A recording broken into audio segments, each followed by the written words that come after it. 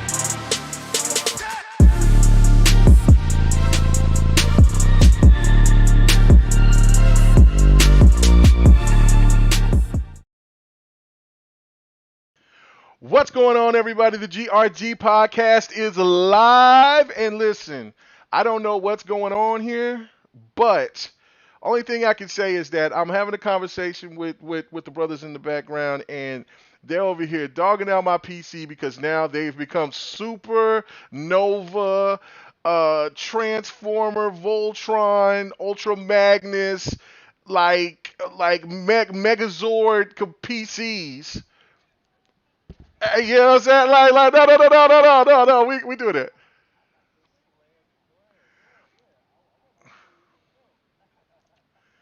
Oh man. But anyway, let me go ahead. I'm gonna read this chat right here, man, because I mean this is it started off with look like with some slander, but let me go ahead and just say this. It says what's going on with you legends? He said, KMEGA, I never realized I would respect you. After that K1 stream, you hella entertaining. I apologize for being the reason people call you L Mega. It was me. I won't say it again. I hope you I hope what's the rest to say? I hope you can forgive me. You're actually pretty cool in my opinion. Well, hey man, it's no big deal, man. I listen. People aren't gonna. I know people are not gonna like what I have to say about certain things when it comes to this gaming stuff, and I tend to try to keep myself from going into the dirt. I've sometimes done it, especially in the Facebook days. I used to think it was just everybody just ragging and having a good time, and then I seen how serious it was, and then that's when I kind of pulled back when I was starting the podcast thing. I was kind of in the same boat. Like I'm like, oh well, everybody, we're friends here, we're cool, we're all working together and doing this to try to progress. But then I realized it was just kind of like the Facebook stuff. It just turned and people just got serious with it, and then I had to back out of that. So, I mean, it is what it is. I appreciate you, but no, man, I ain't never had no ill will for anybody who has a problem with me. I mean, if you only thing you got to do is talk to me, hit me up in the DMs and just have a man to man or man to woman talk, or and that's it. Like, but I really appreciate it, man. I try to be as entertaining as possible, but man, I'm glad you came by and checked us out on Fight Night. That was a bad night for my boy Lemon. Hopefully he'll be coming up here later on. Anyway, but anyway, if you guys could be so kind and to share this out, let people know that we are live. Let it happen. But back before I get to the bums, I have to say, I have to finish what these guys were saying. They was throwing a lot of shade and slander. It disrespected me about my PC that I built just a couple of years ago, and it it felt personal. It hurt my pride. It hurt everything that I have in my core that took me to come back from building a PC from so many. Well, I built a PC from the help of somebody telling me the stuff that I got to get. Well, the stuff just wasn't up to snuff. I guess it was just more just a startup kit, I guess, because I didn't know anything of what I was getting. And now I went to having a good stable PC. I mean, everything I think is reasonable. But again, I got that slander. So let's go to the slander people on the crew, man, because it was all of them. It was every last one of them in here. So let's start off with Rain, with Still Rain. Hey, man, my boy, man, new to the podcast, new to the family, and he's already inherited the slander and the disrespect. So what's up with you, brother? Yeah.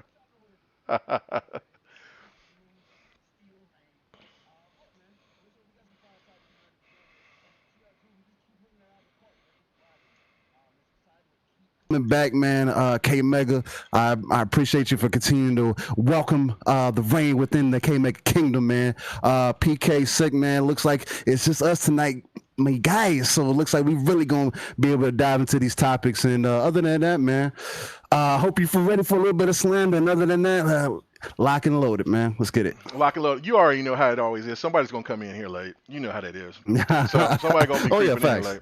Well, I mean, that's how we get it, right? But yeah, but no, we could definitely dive into these topics for sure, and everybody could take their time with it. So, all right, well, thank you, Mr. Slenderman number one, Slenderman number two. You know what I'm saying? Six Slayer in the building, No, man. no, He was, no. yeah, No, yeah, no, yeah. no, Oh no, no, no, Put no. respect on my name. Oh, I am Slenderman number one. Yeah, okay, Mr. Okay, all right, you won number Okay. one spot. Slenderman. Slenderman. That's Slenderman. I should rip my shirt open and you see the S on my chest. There you go. What's up, everybody? What's going on, man? Yay, man. It's not personal. I'm just saying it's facts. You need to upgrade your CPU before you worry about a GPU, bro. And this ain't a market for a GPU. Let me tell you. Oh man. Talk to me. Uh-huh.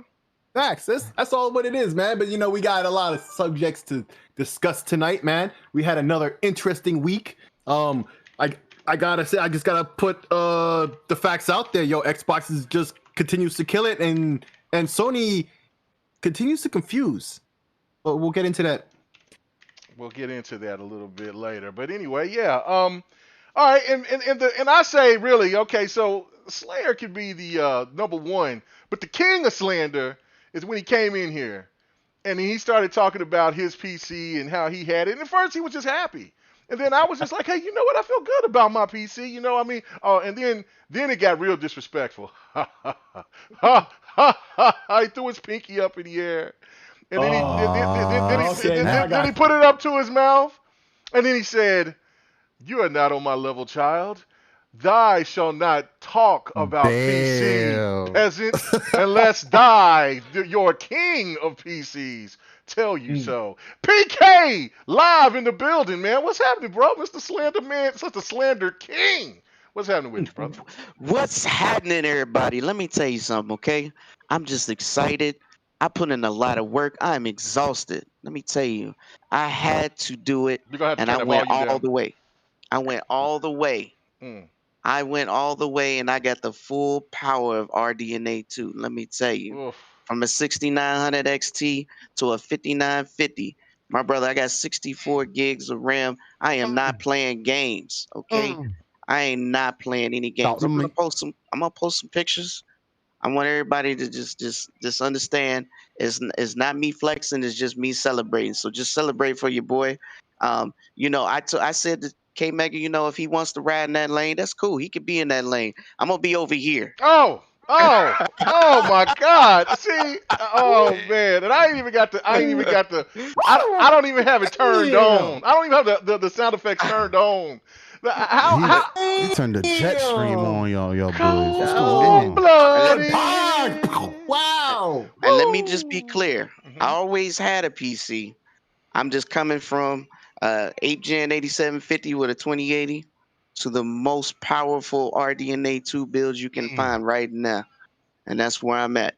All right. Well, you know where I'm at with my petty PC? Yes, he is right here. Workstation. Look at this gameplay of this game right here. Right here. Look at this gameplay on my petty PC. This game is hot. I cannot wait for this game to. It's called Una 7. For a Chinese developer. Oh, okay, they have this before. They have their first version of this game on Xbox. Well, they have a previous title on Xbox. I hope that this game comes to Xbox so Xbox gamers can get a chance to play this. This game, like you could tell, it's limited in some categories, but man, those boss fights, like I was like, you gotta be kidding me! Graphically, they look great. So I'll take my little tiny piece of crap PC, and I'll play these games at 75 to 120 per second. Anyway, let's go. All right. I see Bloody in the building. What's happening, man? Hey, don't be like these people today with the slander. You know what I'm saying? Just keep it cool, man. Because I mean, these guys got some high tech PCs now. They feeling high and mighty now. So, but anyway, what's going on with you? It's always good to be back. You already know, everyone, that the Mad Dragon always has to grace the podcast and always be on here showing out and enjoying everyone. Everyone's talking about PC. I mean, you've seen my PC. I was like, it's not as big as everyone else's, but I definitely got it up there. I was like, I definitely made sure to go all in on it. I was like, I definitely got it up on there. That 2K. I got that 2K. They already give you I focused on that 1440p builds, right? You got Rain's voice kind of deep there. The only thing that I'm focusing on right now is the only thing I'm missing is getting that new GPU. I'm trying to get that 6800 XT. I was like, that's what I'm going for. I was like, I got a 3600 for my CPU. I was like, I do want to upgrade that, but I was like, once I do that, my baby's solid. I was like, I got 16 terabytes. I got 2 HDDs in there. I got a 2 terabyte SSD, and then I got 32 gigs of RAM. I was like, I'm solid. I was like, I built this baby right out the gate knowing what I wanted to do. You know what? You know what I got, gentlemen? You know what I got? Here we go. You know what I got, gentlemen? You know what I got? I got a Series X. How about that, sucker? Let's go. Let's go. Let's go. And I got everyone knows that I've had a Series X because I showed it all. That's your mouth, sucker. I got that. I got a Series X, and I got these. I got these shut your mouth. Right. And I got these headphones. Congrats. I got these headphones. Because we know that the Series X is showing out better than your PC right now. So we happy for the Oh my god. The big boy slander. I ain't got nothing to do with that one. Anyway, all right. That's fine. Anyway, so let's get to it, man. Let's get to these topics. We've been clowning long enough. All right, so Square Enix, they had their event the other day. I hope. Did everybody see it? Yeah. Yes, I saw parts of it. Okay, all right. So pretty much parts I was interested in. I only saw about the one game. That's it. Stop it. All right. Literally, no insult. Okay, so I'm going to go to you then first. We're not going to do that. We're not going to do that. They had some other stuff. Yeah, they had some other stuff there, but we're going to go to you. We're going to go to you first, Slayer, since you said it was just that one particular game, and so we'll go to you. Okay, well, what do you think about the show, and just talk about for what you've seen, and then that particular game. Okay, well, my problem was I didn't know that there was going to be a show. I don't know. I lapsed on that one. I missed it. I didn't know. Yeah. So I'm right there with you. Okay, so I ain't tripping, right? Like, you're a big RPG head yourself, so I'm not tripping. The fact that it wasn't big news like that, if you didn't know, you were gonna miss it because folks weren't talking about it like that, and I missed it. So because everything that was being talked about was literally that one game. Yeah. So all I ever heard was about that one game, formerly known as Project Athia. Thank you. And now it's called Forspoken. Okay, looks great. Now I saw a tweet. Somebody probably had probably intended it as an insult, although I do agree with it, and I didn't think I didn't think of it as a negative. And it was that this person said it looked like a sequel to Final Fantasy 15 with newer combat, with updated combat, and I don't have a problem with that. That's cool with me, and it did look like that. That's what 16 looks like to me. It didn't. Right. That Yes, game looked better than. true too. It looked better, way 16. better than that. Right, but whoever tweeted that probably intended it as an insult, but I think that's exactly what it is, and I'm happy for that. That looks great. Mm-hmm. You know, so the game is looking like it's supposed to be out next year, I believe. Yeah, they said 2022. Yeah, 2022. And it's a console exclusive to PlayStation, but it's coming to PC as well. Also. Yep. And PC as well. Yeah, I'm looking for that. I'm checking for that for next year. So that's something to look forward to. But other than that, I really didn't know about anything else. Like I said, I didn't know about the show. They didn't really advertise it or hype it up or nothing. So if you didn't know, I missed it, and that's all I got on it. So. Mm-hmm. All right. Yep. All right. So quick to the point. All right. So I'm going to come to you, Still Rain. Hey. What did you think about the show? And were you on the same boat as Slayer and just seen one particular game that caught your attention, or was there more at the event that caught your attention? The game Forspoken is a fantastic title from what we have seen. They definitely, I guess I would say, continued the hype train for me as far as like what they're doing. The mocap, the gameplay, the potential and the freedom of the movement, and what they could potentially add as combat. I'm extremely interested in it, and I'm kind of on the edge of my seat waiting for that content to hit the YouTube streets whenever that happens. So, I mean, of course, but I feel like that's kind of an of course thing. I've been kind of consistently hearing that throughout the week, that over the last couple of days that people have just been looking for that, and they were excited about that. My biggest thing was OutRiders, it being the newest game to come out that's kind of has like I would say has a nice hype around it. People are kind of up and down about it. I feel like I've seen a lot of people who are more on the positive side of it, even though I've been hearing some slander on it. People are saying there's people that are saying that they don't like it, and it's not for them. And again, it's one of those games where I feel like Square Enix just needs to prove a point, that they can actually, put out a title, publish a title, and it actually make some money for them or actually see some good progress. With everything that they got going on with the Avengers right now, we'll get into that later. I feel like they're looking for a W, and it's part of the reason why it's in Game Pass. So I feel like that's why they started the event with it, just to really continue to build the hype or show people, really demonstrate to people what OutRiders is, what it's bringing, and what the people could be looking forward to. Again, it for me excited me, still continue to excite me.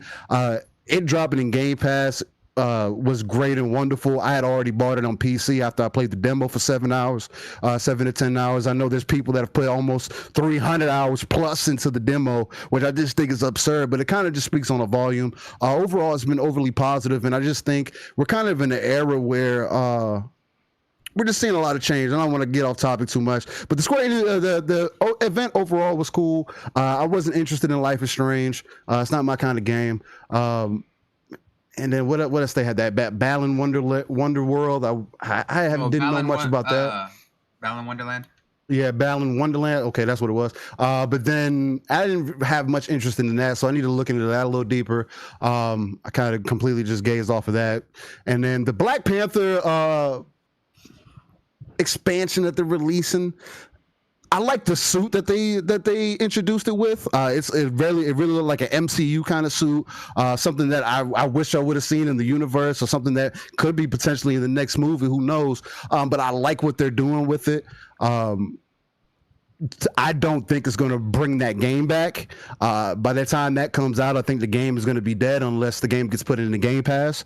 Because at this point, again, it kind of hits on the point where people are just in a weird state where it's not that they don't want to pay for games. They're just tired of getting finessed on games. Half-baked games coming out, and we kind of see this with the Avengers title. It was a great game, but I just don't think that the expansion is going to bring the hype back to it or bring the attention that they're looking for. So that's my overall. The next gen patch that they put out, I've been hearing everybody talk great about it. I haven't played it.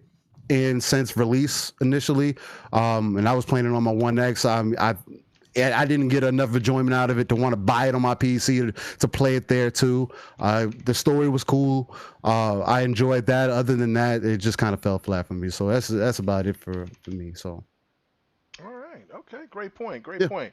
What's up with you, Noof? And matter of fact, I was gonna type this in, but I gotta get you onto the show sometime, brother, man. You know what I'm saying? Thank you for coming by, stopping by, brother. The young god Noof. And does not lie. Yeah. I gotta hit my boy Noof. I mean, I don't agree with some of Noof's take because he is very old school, but no, Noof is real as it get, man. I love brother, man. He's great people.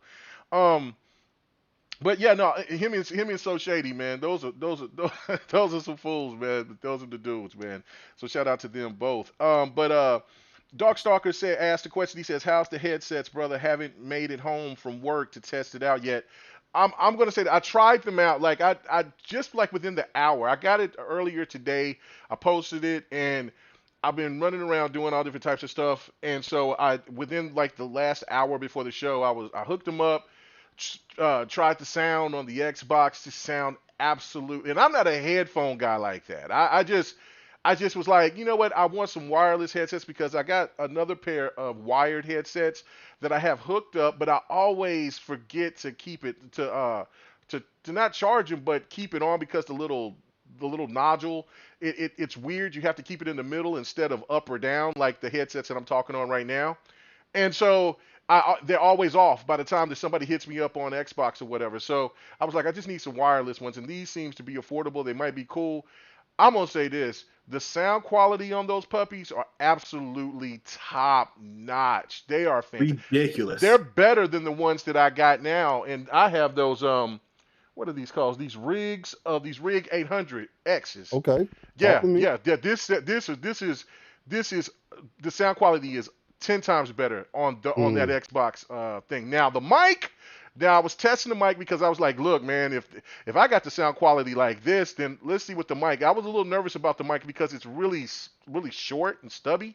So I went in there and started talking, and then they were like, oh man, you sound like you're in the bathroom. So I was like, snap. So, and maybe with some adjustments or with some kind There's one potential thing I think you might be able to do. What's that? You know, when you increase the like the kilohertz sampling rate, the sampling rate on the mic, if you increase it from like if it's 8,000 up to something higher, it may increase the quality enough where it sounds a lot better. Okay. It depends on the headsets if it's got that option in there. Yeah, see, I haven't dove all the way in. The one thing I do like, and I know I'm PK Bloody, I forgot you guys on the topic. I just wanted to finish this point. Was it's really cool to have, and I know that may sound weird, but it's really cool to have this overall come out and turn on your Xbox like by a push of a button, and then you can cut it off. Yeah, you can cut it. You cut it on and off with that with it, and then the adjustability with the headphones itself on the ears. Like on each ear, like you could just adjust the sounds, and the quality is just nuts. So I would say definitely punching above its weight class. Right. You know, for $100 you're getting a lot more. Right. And then that was the thing that I was just going to say. The mic, if you're a person that wants to kind of use it for podcasting or whatever, and you just want good like sound quality from your voice, I don't think that these are the ones for you. But for sound quality. And just to hear things, like, cause I'm really gonna get in and start playing a lot more games with these things on. So, and it's good. And so I hooked them up to my PC. They hooked up really simple. If you got a Bluetooth or if you have one of those Xbox adapters, Bluetooth adapters, hooks up simple. That's what I want. Just something simplistic. No wear and tear, no other stuff. I don't like wires anymore. I've turned high tech with it. But that, I know I was pretty long with that, but I just wanted to break that down to you. And let me know what you think about it when you get a chance to get a hold of it. But and it doesn't need a dongle. That's nice. No, yeah, it's really cool. So PK, your thought about Square Enix, man? What was the highs and the lows for you? So far as OutRiders, I'm happy for everyone who's excited for the game. I mean, it's not really for me. I thought the game was okay, but I felt like I played this kind of game before. It's nothing that kind of shock me or nothing. But that's just me. Mhm. I don't think it would be a bad game. It just depends on the. It's kind of dependent, just like the Avengers situation, right? Depends on the roadmap and how they develop the game. I mean, if it falls flat like the Avengers kind of did, then we're in that situation. But like I said, I'm happy for everyone who's excited for it. And far as it coming to Game Pass, that's just a strong W, so that it'll get people to try it that probably wouldn't have tried it in the first place, right? So that's a good thing. For me, my biggest, I'm gonna just say, all the stuff that they showed. What I really, really am excited for, and I said this, is the Black Panther reveal. The reason why I stopped playing Marvel's Avengers, and everybody know why I have issues with that game. I've felt some type of way since it launched, even more than people complain about Cyberpunk. That's just me, how I felt about it. But showing Black Panther and see how good he looks is not only dope. The fact that they had Claw talking was dope, and the fact that they announced it before Spider-Man, which is what I asked for. Out of respect for Chadwick Boseman, they had better. They had better bring this character out before a raggedy Spider-Man. I'm telling you that now. Because that man they said need raggedy. Lord. because you cannot bring exclusive content and give everybody else a drought. They better bring us something, because I'm gonna tell you that Hawkeye joint, that is, people blew that off and ran through it. Oh, I'm it's just already saying. done? They no, but just no one's excited for it. Just like the I thought it Kate was. Bishop. Treat it this way, is that a lot of people ran through that like they do through Destiny content. As soon as it's out, they're like, oh, cool, something slightly new to do. And sometimes they don't even take the time to enjoy it. They just speed through it and be like, oh, that's it. Well, but the whatever. character is boring. And I'm not saying that. I'm just saying that that's how they treated it. Is that they just speed ran through and be like, oh, that's it. Oh, well, whatever, I guess. And then they just went back to doing what they always do. That's literally how it always goes in any game like that. That Black Panther bringing that to Marvel is huge, right? And I know a lot of people think I'm just pro Black, but honestly, it's huge because not only the design, but just from the story aspect, right? It looks like a real expansion, not just an add-on to. It seems like they're putting some work in. And that's what I'm saying. I'm not saying it is. I have no validation, but it looks like it. And it's a different character, which means he's going to play differently. Like Kate Bishop and Hawkeye are basically the same characters that one can teleport. Okay? They're basically the same. They're not really none. I mean, they gave him a sword, but come on, man. Really? He's not that exciting to play with. I mean, if they made him I haven't played it yet just because I've been kind of obsessed with something else. But if they use his Ronin style, then I think that's kind of cool, because I do like him more as Ronin than he is just as Hawkeye. And to answer Sekiro King Cypher, if you like him, it's all good, homie. And I'm not going to shoot you down if that's what you like. But for me, nope, not at all. But I also feel that way about some of the other characters, so it's no different. I want to play with the characters I want to enjoy. It's already rough enough that they're making it harder to level up and adding a ton more enemies, and just they thinking that's going to add the enjoyment to the game when it's actually doing the opposite. People want to level up quick and get to their abilities. They don't want to take forever to do it. It already is a grind to get artifact, and I mean to get the the red equipment. Equipment. I forgot what the red equipment are called, but basically that above legendary. It's already a grind to do that and get good rolls, let alone trying to level up. You don't want to go through all that and take forever. It's already forever. So, anyways, I'm glad they're adding. They added some new stuff. The patch came out. It does run better. It does perform better. I'm glad you can replay through the story. All that good stuff. But what we really want is some really good content. We don't want to keep fighting the same robots, just different skin. I don't know how many times I beat up on Abomination and freaking Taskmaster, but I'm about tired of fighting those dudes. Just saying. But let's just say, yeah, legendaries don't mean nothing. You want above legendaries. That's the point.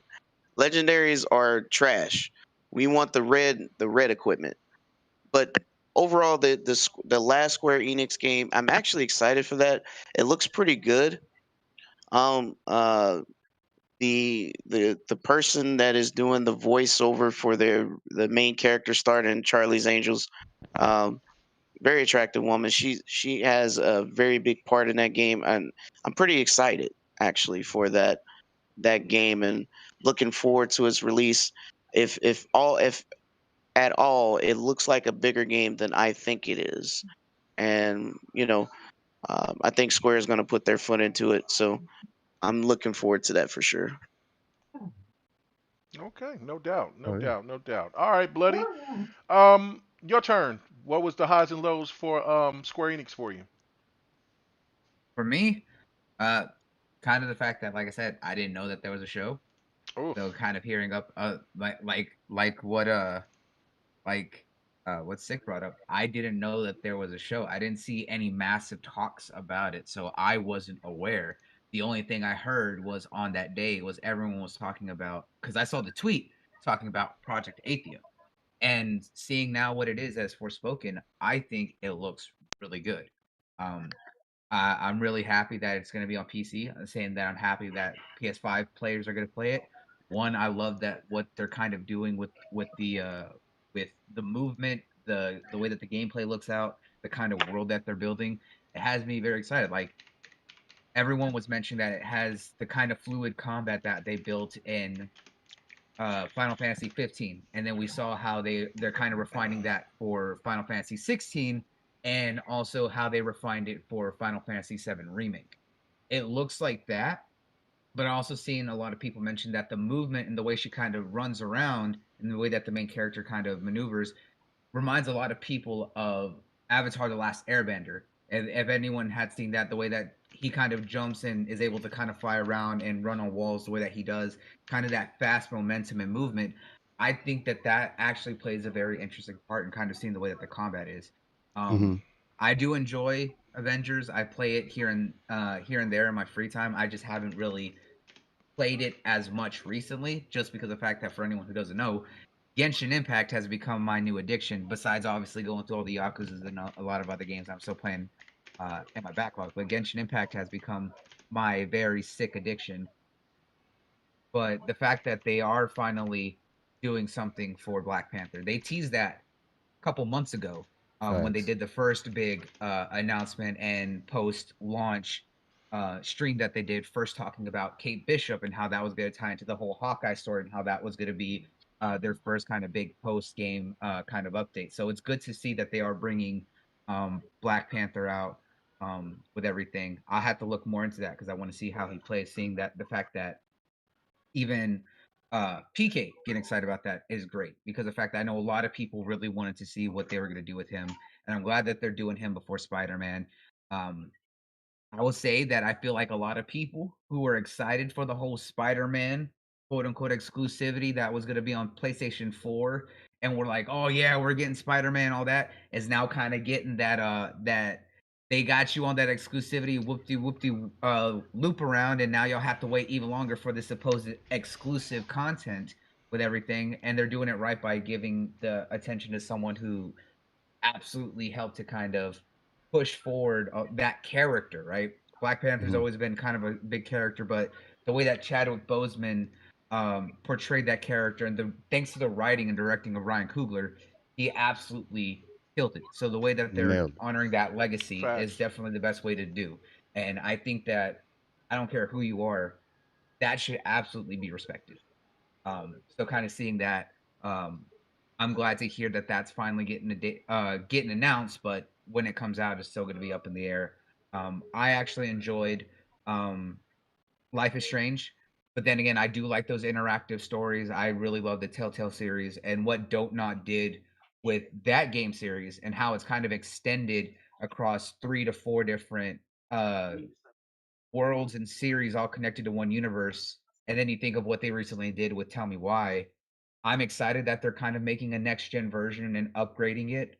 I know I played through them all, and I'd gladly go back to see the updated visuals and everything. So that was kind of one of the cool news that I heard about for that. So that has me excited. But the one game that I think that a lot of people here really don't care for, that I know that they showed off more of, was Balan Wonderworld. And I really like that because the fact that when they first talked about it during the Xbox showcase, it really made me think of old school platformers and kind of seeing the visuals and the music theater kind of presentation that they're going for really got me excited because it really brought out that inner kid in me because it really made me think of that fantasy that we all have when we first played games when we were young, especially when it came to platformers, how they had that magical element to it. And the way that they're kind of portraying it with this theater makes it even more fanciful. And I really just kind of adored that. So I'm looking forward to it, especially since it was a game that is obviously coming from some very talented Japanese devs who've worked on a lot of who have a history with a very wide variety of games, and kind of seeing that they want to do something different really I found to be interesting. So I'm really looking forward to Balan Wonderworld and everything that's coming up after that. Okay. All right. No doubt. No doubt. No doubt. For me, I thought I thought the show was pretty good. Let me go ahead and get to the super chat. DT Taylor, man, he said, appreciate it. He says, just got it. What game is playing in the background? Well, that was the game that I was. I think I spelled it right. It's Yang 7. No, it's Zon Zanyang. Zanyang. Okay, Zanyang. Thank you.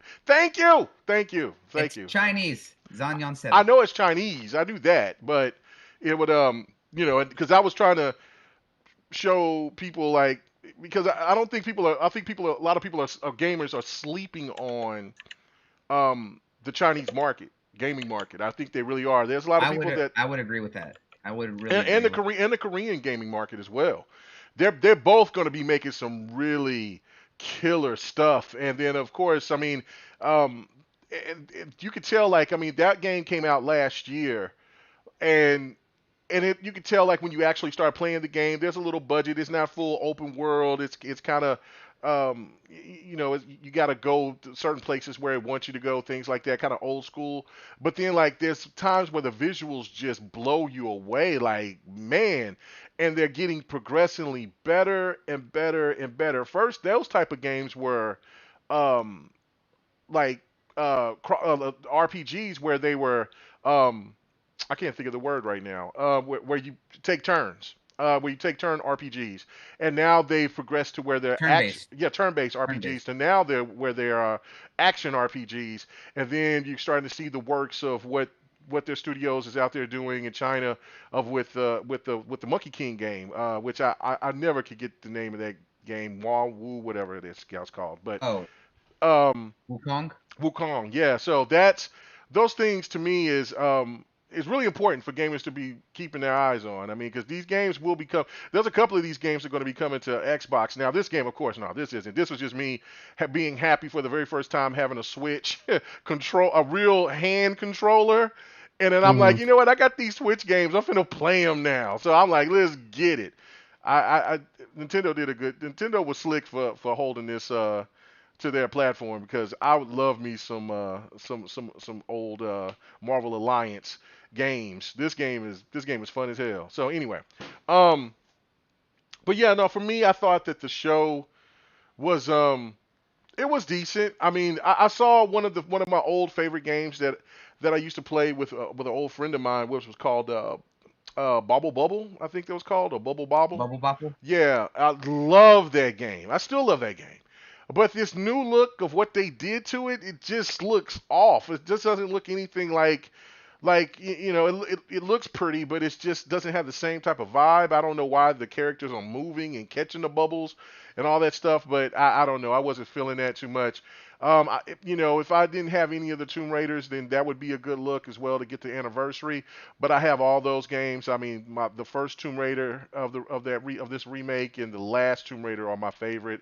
I know a lot of people like the second one, but I'm more partial to the first one than the last one.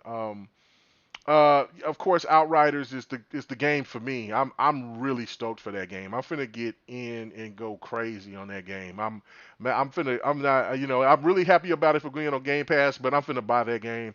I'm finna support it. I'm not playing around. I'm finna get that game. I'm finna play it, and I'm gonna enjoy it. So I'm really looking forward to that. Project Athia or Forspoken. I don't like that name, but um. Yeah, a lot of people haven't liked the name Yeah, at all. yeah. But I mean, it's No, it their is what it vision, is. so Yeah, no, and regardless of that, it doesn't matter because the game. I Right. mean, if the game is hot overall, then Mhm. people ain't gonna worry about the name. They're just gonna play the game. So it looks great. Don't have a PlayStation 5 yet. So I'll just get it on PC. It's gonna be like a 2-year wait, from my understanding about that, which is kind of odd because I'm like, why just Sony just keep it exclusive? But maybe the game just costs that much to where they feel like, well, we'll just hold it on for 2 years. But um, I don't know. The show overall was decent. The one disappointment I will say is this. Okay, so I just started playing a game called Just Cause. Mhm. And so I seen that they had it on sale, the Just Cause 4 on sale, so I went and copped it because I'm liking the Just Cause games. I played it on Game Pass. And so I looked and I'm like, oh, what's going on here? They're gonna have a multiplayer version of Just Cause? I'm like, oh, this is gonna be sweet. And it was a mobile game, and I was like, ah. But other Dang. than that, I thought the show was decent for what it was. I mean, people always expect E3-ish type of stuff, but you never get that type of those type of shows in the beginning of the year. So yeah, no, I thought it was pretty good. But other than that, yeah, I thought I thought I'd give it a C, but I don't know what you guys give it before we move on. I mean, I'll give it a C. I can't give it a score since I didn't watch the whole thing. So Ah, Same okay. here. Reserve judgment. Same here. Okay, all right. Well, all right. Well, let's Yeah, go. I'll give it a C plus. You give it a C C plus. plus? Yeah, I give it a Yeah, C, C C plus. plus. Yeah, it wasn't bad whatsoever. It just Yeah, not facts. every game was something that I'm gonna go ahead and jump and get, but it You was know cool for what? what it was. Can I say something? I Sure. agree with what Jazzy said in the chat because he just said I still miss Inside Xbox. I agree, Mhm. and that's Yeah. what happens when too many people were sitting there complaining, saying, "Oh, Xbox isn't making E3 level bombshells every damn month." It's just like y'all wouldn't stop complaining, so obviously Right. they're not going to bring it back. Well, I was like, if everyone would just shut up and enjoy it I for think what that it they would bring it is. back if I think the pandemic has had something to do with that as well. That's only part of it, but the fact is Right. still is that even before they were trying to do it monthly, and then after like Mhm. 2 or 3 shows, everyone kept complaining. They're like, okay, well we're gonna space these out, and then we got it every couple of months, Right. and then people still wouldn't stop complaining. So I'm saying they're not gonna bring back anything if everyone doesn't shut the hell up and just enjoy what it is. And then Mhm. and yeah, that's what trips me out about it. Like the internet is so reactionary. They want what they want, but then when it's gone, then they want it back. And that to me is like, you know what? If I was Xbox, I would just hold on to it until people just like, okay, we get it. We were being way too ridiculous with it. You know what I'm saying? So, and then just bring it back and just enjoy the show for what it was. The only time that I felt that Inside Xbox was cringe is when they did the whole like game where they were having the people locked up in the offices or in the jails, and then they had to get away from the dead horde. And that was kind Mhm. of like that was like a live segment. It was a dedication, I guess, to State of Decay 3 or what? I mean, State of Decay 2 or whatever. That was cringe to me. Other than that, everything else was absolutely fine. I enjoyed the show for them having the developers come on and talk, and for them to talk about certain games that I may not have had or seen on the radar. That's what those type of shows are. And I hope that even though I see a lot of PlayStation fans complain about state of play, but I hope that PlayStation still keeps doing state of play. Those things are important because you want to know about certain games that you may not even know that's coming out. I think that gamers are just too reactionary and always want the biggest and best, and that's not going to happen. So gotta just temper our expectations. I think I really do. So anyway, That's what an absolute truth. Yeah. Like the thing is, people expect too much half the time. Yeah, no, they absolutely do. So, all right, let's get to the second topic. All right, so PS5's cross-save issues, which we were talking about Avengers a little bit, which I'm finna go back. I uninstalled I uninstalled Modern Warfare so I can go ahead and start playing back on Avengers. So that should be interesting. So anyway, but Okay. yeah, I'm gonna give it a shot because I never really gave it a shot. Like I bought it because everybody was like, get this game so we can play. I'm like, all right, and then next thing you know, I have fun with it. I can't stand it. I hate this game. I don't want to play it no more. And I'm like, oh, this reminds me so much of Fortnite. But then what I did, instead of me getting my money back like I did for Fortnite, I'm gonna hold on to it until these people come back and then we can start all playing again. Whatever. But PS5. PS5's save issues. Gamers are having issues with the Avengers game, and really, what was going on? I think I don't know who posted that in the GRG. Okay, yeah, where the person was breaking it down, like it was like a manual of everything that they had to do to show just to get some data from their PS4 over to their PS5 so they can play the game right off the bat, and it eventually worked. But there's been some people that's been having problems and it's not working for them. And this is not just a one-off. This has been happening ever since the PlayStation 5 has been coming out. So I'm gonna go straight to you on this one, Bloody. Right off the bat, what in the world is going on with the PlayStation 5's storage data situation, and how good is smart delivery now, since people were knocking it when it first came out, was saying, well, there's really no use for smart delivery if you look at what PlayStation is doing, and now you see the benefits of it going down the line, and it seems like it's going to happen for a little ways going forward. What do you think, man? So here's the thing: is that the PS5 really had a complicated system. And first I'm going to address all the hating issue. So when everything was talking about the features for the next-gen console, the Xbox Series X came out stating that they had a feature called Smart Delivery. But it wasn't anything necessarily new. It was just something that they were making a big priority because they had been talking about it since the launch of Scorpio, now known as the One X. Stating that it would make sure that any game you downloaded, especially those that were optimized for the One X, you would get the game with the right optimizations based on the console that you were downloading it on. So it would always make sure that you're getting the absolute best version of the game for your console.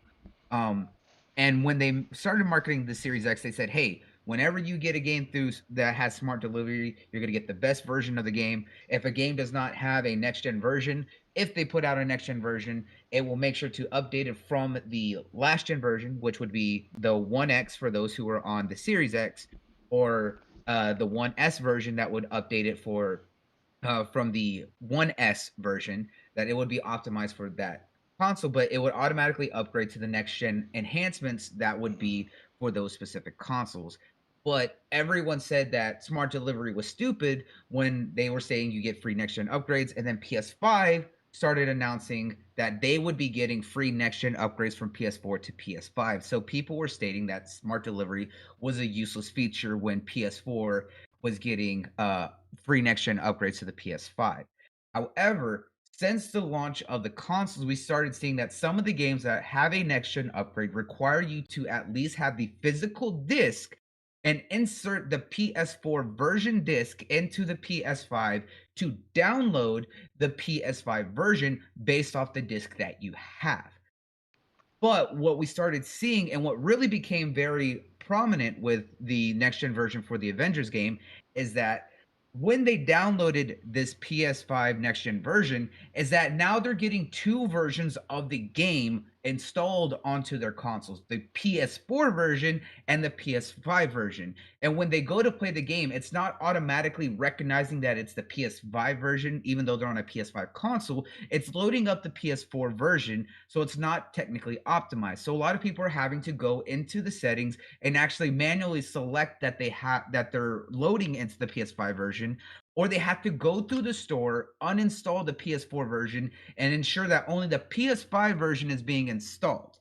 Now, what happened with Paul Tassi, for anyone who knows him, was explaining kind of what happened, and there's several threads out there, a lot of them, stating that when they loaded the Marvel Avengers game, that they put in the disc, they then had to download the PS5 version. When they went in there, it wasn't reading it as the PS5 version, it was reading it as a PS4. So they had to go back through, go and upload their saves from the PS4 to the cloud. When they loaded back into the PS5 version, realizing that the game does not take saves directly from the PlayStation Cloud, it only takes that which is on the console. So he backed it up to an external hard drive and realized that it still wouldn't work from there. So then he had to go into the PS4 version, found out that the save migration from the PS4 to PS5 wasn't working at all, then had to then delete and uninstall the PS4 version, uninstall the PS5 version, go back in there to the store, download the PS5 version, and then use an automated backup that was on the console for it to work around the save migration from the PS4 version to the PS5. And the fact that there are so many people who are having to use these backup methods and having to constantly uninstall, reinstall, having two versions of the game is ridiculous. That it's that complicated to get a save migration from last gen to next gen.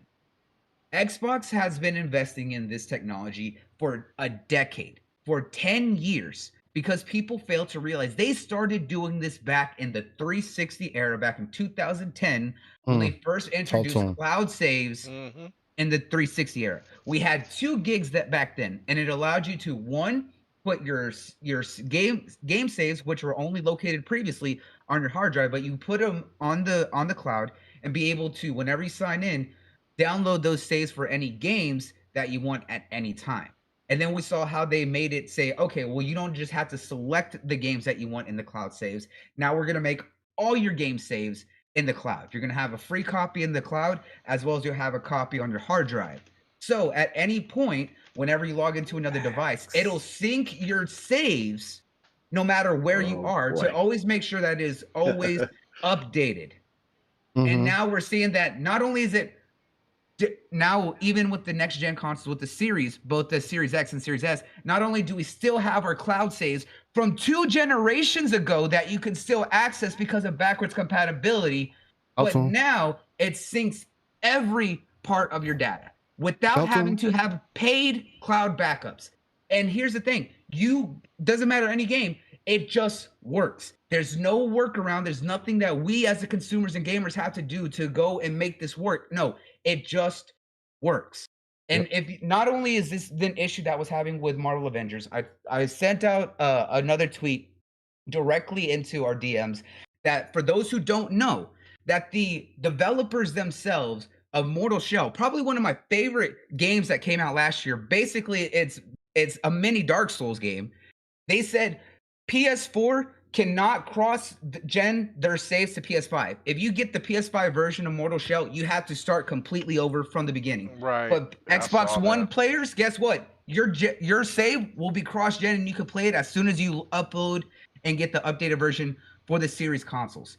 That is what's showing out that this technology that they made, as well as the tools now being properly utilized, is how it should be. We as gamers should be happy that things just work and we don't have to do workarounds. It should be consistent. It shows who is investing in this technology properly instead of half-assing it. Right. No, I totally agree. 108 Dragons is in the building. What's up with you, 108? Before I get to the super chat to somebody else. Yep. Told you. What you told him, KMEGA? There you go. I was going to be late.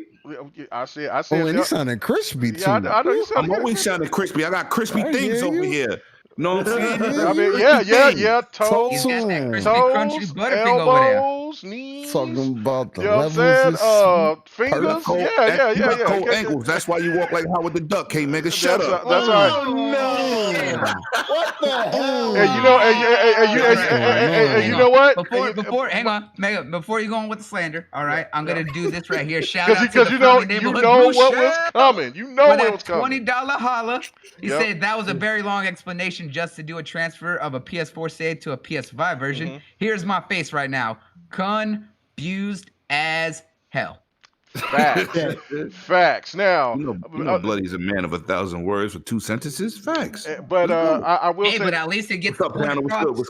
He got the point across. But yeah, before I get to the slander, I do have to. I got to give you the slander before I got to get to my boy PK on this. You know what? I may walk like a duck, but all I know is that you was walking behind me the whole time. So that should tell you something over there, walking like Frankenstein. So shut your ass up. You know what I'm saying? Get two big ass. That's where you bring in the sound effects. It doesn't matter. Yeah, I don't have the sound effects on. I don't have better material. Anyway. You soft. He said you soft. No, you should throw a phone book at you and say, read it. It'll be more funny than this. Well, you know, Six Slayer wasn't gonna laugh about it. He can't say nothing. You know what I'm saying? No. That's a stepchild. So yeah, let the slander begin. Anyway, stepchild. Got back at me with that. I had to do something. Anyway, yeah, that fell flat. Nobody said. Nobody. Even the chat was like, "Bro." All right. Anyway, so let me go to PK on this one. What do you think about this whole PK? This PK thing, this situation that's going on with the PlayStation 5 and this data, and let's throw the storage in there too. Like we was talking about this on Next Podcast last night, and I'm like, why is it that there's not enough PlayStation fans out there complaining? Like they keep trying to tell us that we don't have enough games to play on the Xbox or anywhere else. Like everybody has a problem with playing games. They're fine. They have all that they can eat over there when it comes to gaming. But they don't have the storage capacity to be. How can people have problems with no games and their gamer scores just keep growing? What are they playing? I don't know. It baffles me. It baffles me. It baffles the mind. But PK, what do you think about this whole situation? That, and if you want to talk about the storage situation as well, because I wanted to get into that last week, but we didn't have enough time.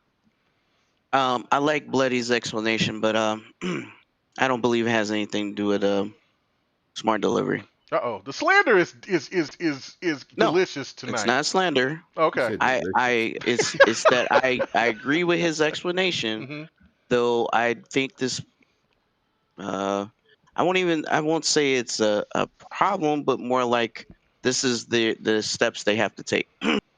Inconvenience, right? One, they don't have roaming profiles. Okay. So it's kind of like how you can take it's kind of like the idea how you have single sign-on and when you're at your job, you can sign on any machine, it'll load your profile settings and anything you have access to, right? Right. Including your saves. Just like today I logged in and then my backgrounds popped up. I didn't have to move any physical files. The second barrier they have is the fact that you have to pay for cloud saves. It's a paywall. I know they don't like to talk about it, but there's a paywall. I don't have PS Plus. Yep.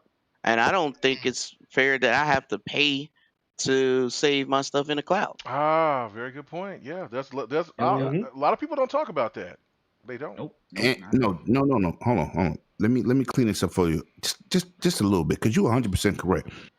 The storage that they give makes no sense. But if you want real storage, you have to pay. Well, no. Three games can fill up the storage they give you. But what I'm saying is, you cannot move your game saves to the cloud.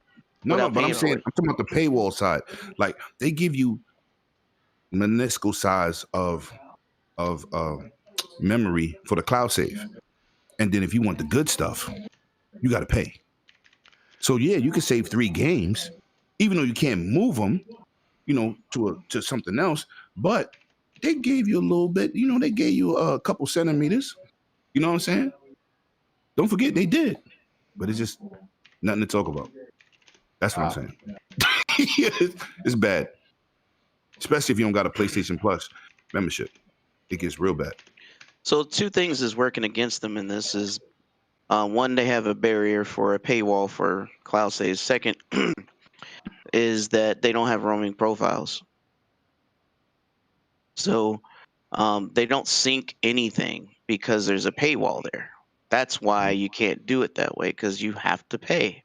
That's one thing. The second issue is they don't have a true like Active Directory-esque way of moving you around with all your data. Bloody did touch on that, as they've been doing it a long time. I mean, it's not necessarily smart delivery. Smart delivery has to do with games, but this is your personal profile. Remember, just up until a few years ago, you couldn't even change your name without losing all your history of everything that you own. That's where I was going to take it. If you didn't mention it, I was going to bring that up. And matter of fact, even now, all your DLC didn't even matter. Right, that's what I was going to say. Now that you change your name, you will lose all that history, 2018 and beyond. So it still do not have a Active Directory-esque way of handling your profile. It is a LDAP of some sort, but it's not very clean. This is their true issue. Wow, part of the reason why they're going. Hold on before you get started. I got to say this. This is man. Thank you so much, Tippy's son, for becoming a member. Man, really appreciate it. Thank you, brother. I really do appreciate it, man. Wow. I haven't seen a member in a. I think Sleepy was the last member of the crew, listen, man, I want everybody to become a member as much as possible, because E3 2022. If KMEGA show up, he gonna need them kickstands for them broken ass ankles. Let's talk about it. Let's go. That I still be walking. But I'll still be walking faster. Buffaloes in the building. Right. Let's go. Right.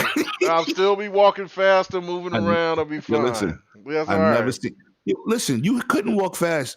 Your goddamn camera ran out of memory space. I had to record things. You was done. What are you talking about? I could walk fast.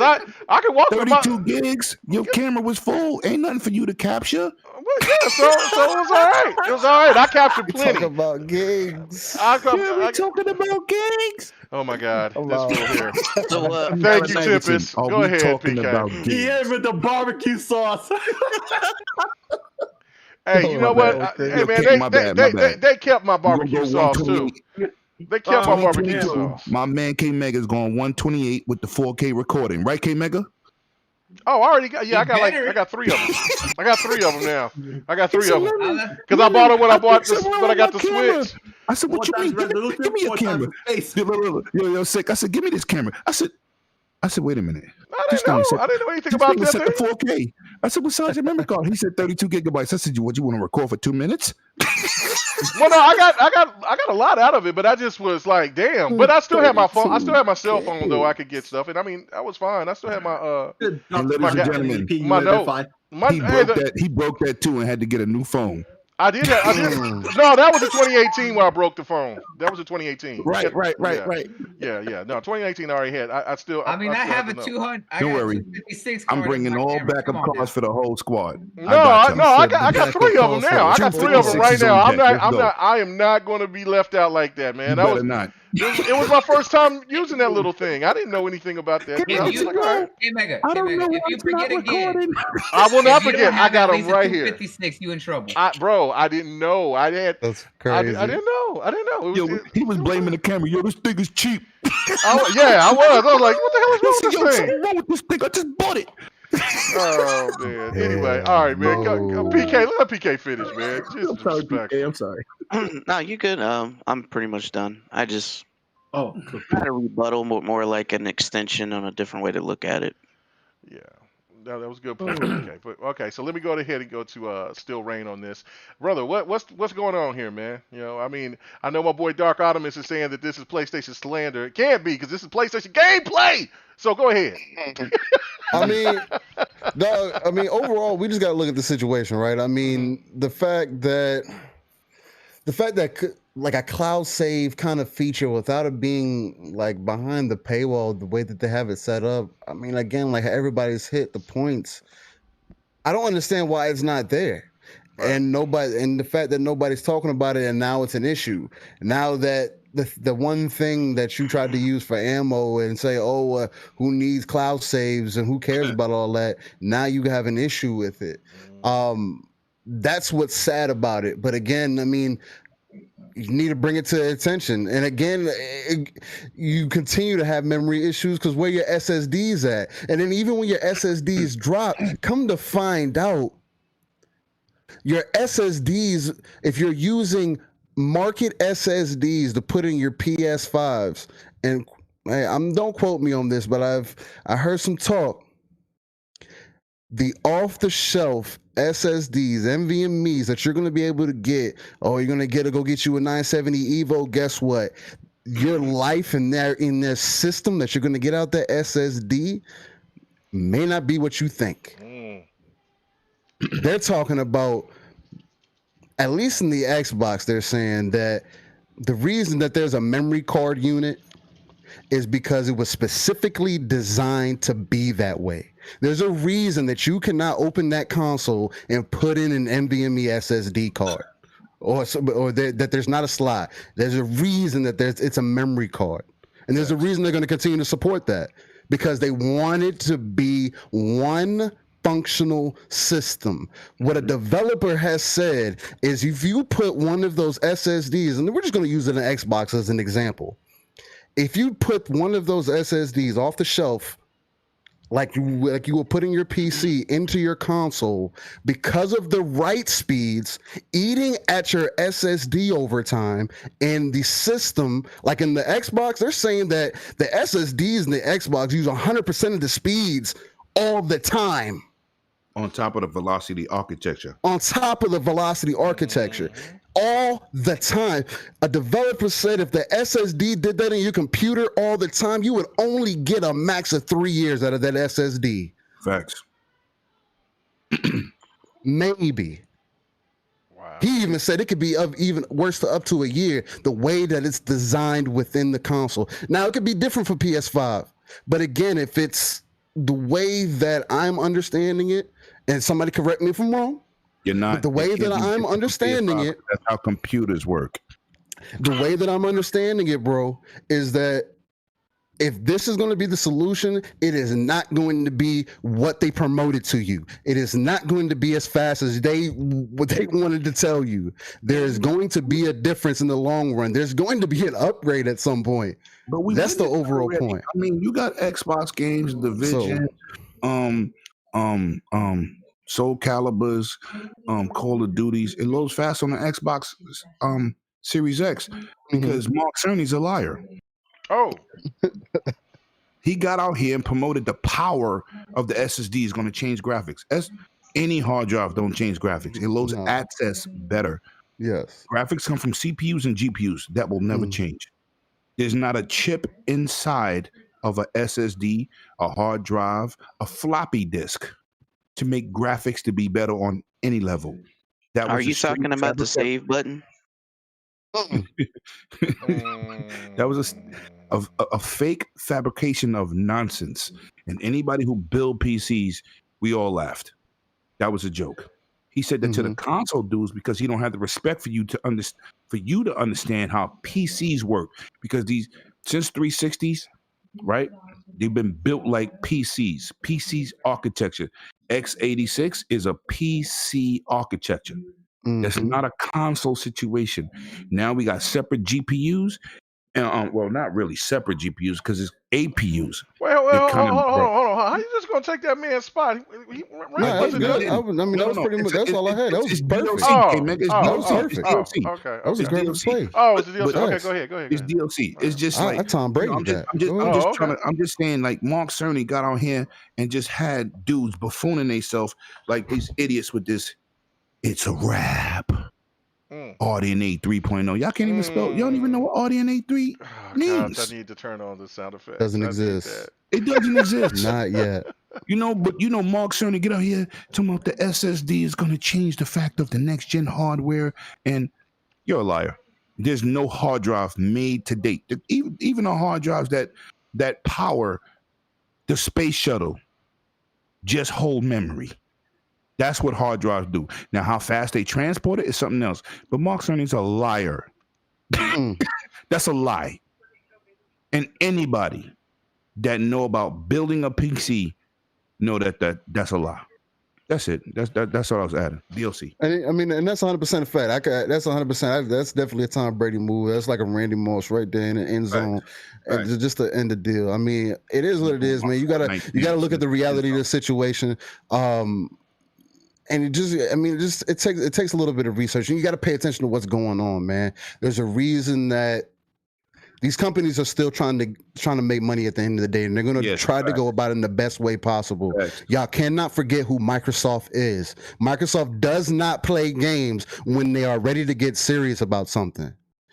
Y'all talk about Xbox because Xbox was not something serious to Microsoft. Again, that changed in 2013, and it took almost 10 years for that to get turned around. Like they say, it takes time to turn a big boat, and Microsoft is one of the biggest boats in the world. So, I mean, it is what it is. Let's see how things play out, man. I mean, I hope for the better, but the fact that you still don't have cloud saves and that bothers me. That like the fact that you have to have an account, and again, I mean, we're hardcore gamers, you know what I'm saying? We would have that account. It's nothing. That's nothing for us. But for the typical person, they're not going to be thinking about that. They're just going to go get that console. I know. See, exactly. So you have to save it to a memory drive, and then make sure it transfers over right. And then you got to go through all the 2,000 steps that Bloody just went through. So let me ask.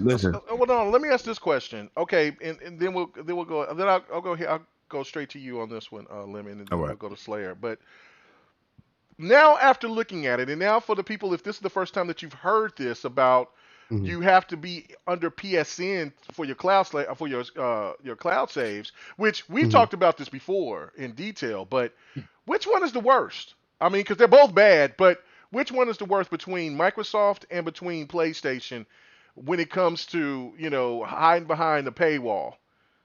If you think about it. Per question directly, it's be PlayStation.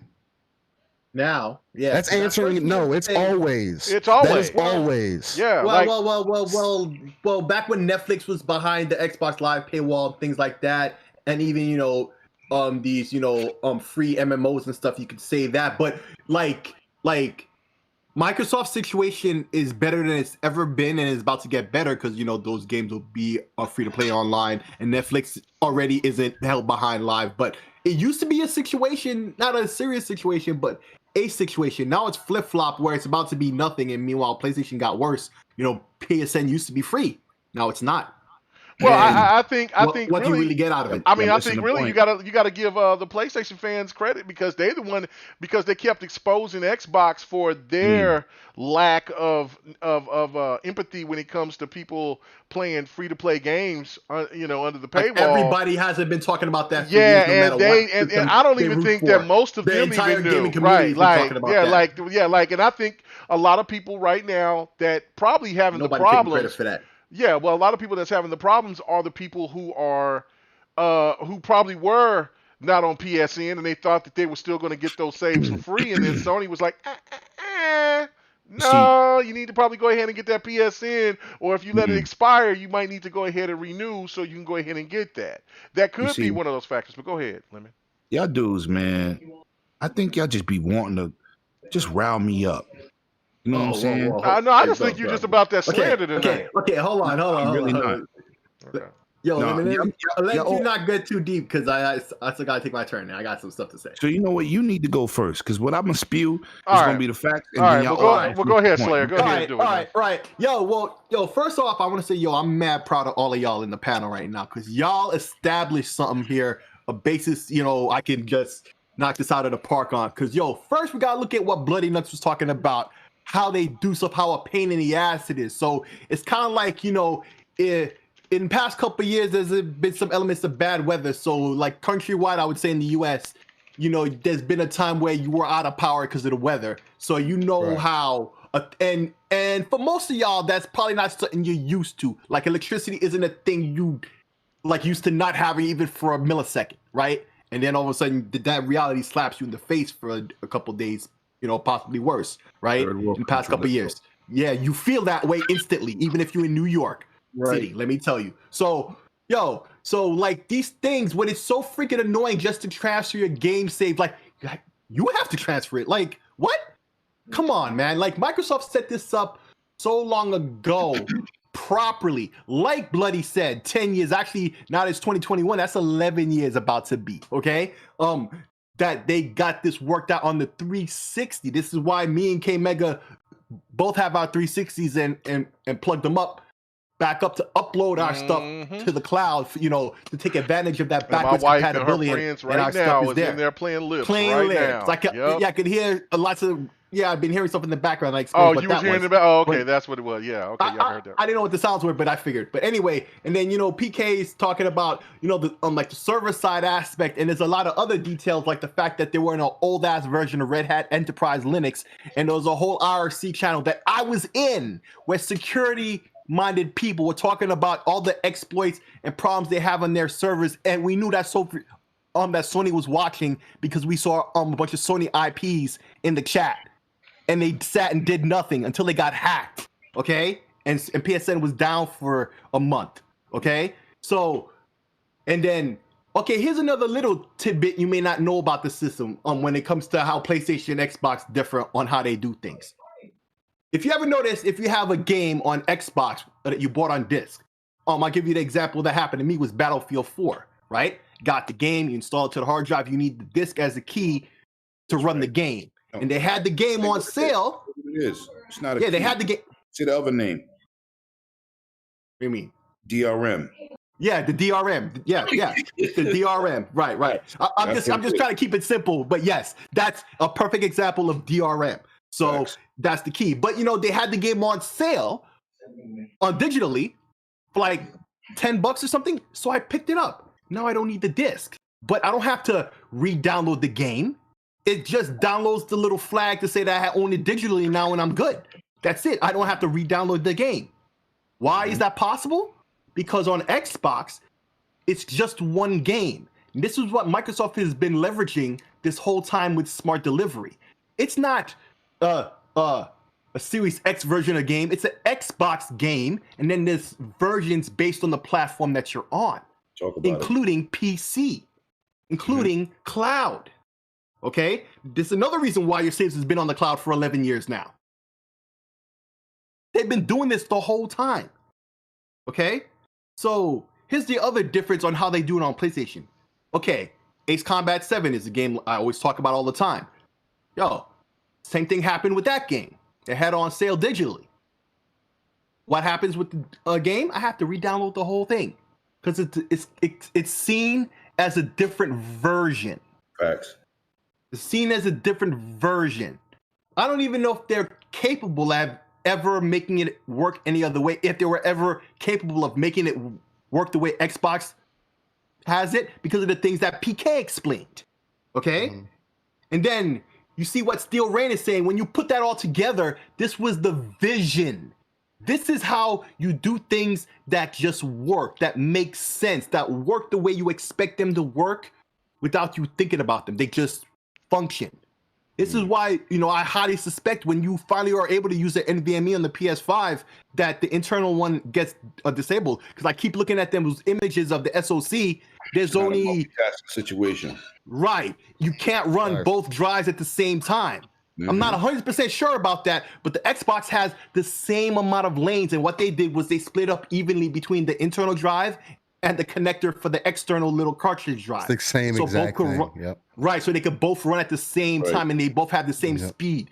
On the PlayStation, all 4 of the lanes are already used up on the internal drive. So if you switch to external, it's possible. Yeah, it's going to possibly be either or. It's not facts yet, but it seems that way. You've been looking at these images for a long time. And this is what This is what Steel Rain's been talking about. They didn't think, there's no vision to what they're doing. Everything makes sense for a reason. And one more thing about everybody talking about the price of SSDs, how expensive they are. Yes, very expensive. These are supposed to be. But don't think for a second that the economy of scale is going to work out for PlayStation this early on. It's going to take longer than you think. Number one, because at best, a drive that's 1 terabyte, that's sufficient to be on the, it's like 220 or 230, the same price as the Xbox drive. Easy. Right. And in this climate, it's going to be like that for a while. Right. PCI Express 4 don't even have those. Yeah, and that was the point. Exactly. That's the new stuff. I got one, and I just I updated my PC because my CPU failed in November to a PCI. Oh, excuse me, end of October. To PCI Express. Well, that's what I was going to make the point. Hold on, and I'll let you get to what your point. Well, the game is off now, but with the whole thing what they was doing with the cloud saves, there was if you was watching my gameplay, you see me playing the old arcade version of the X-Men arcade game. That game is discontinued. You can't find that game anywhere else now unless you play it through an emulator. But that game was on the 360. And when I bought that 360, and that was one of those games that I was luckily, catching up on to some stuff, and I saved it into my cloud. I could play that game. That's why I was showing that gameplay.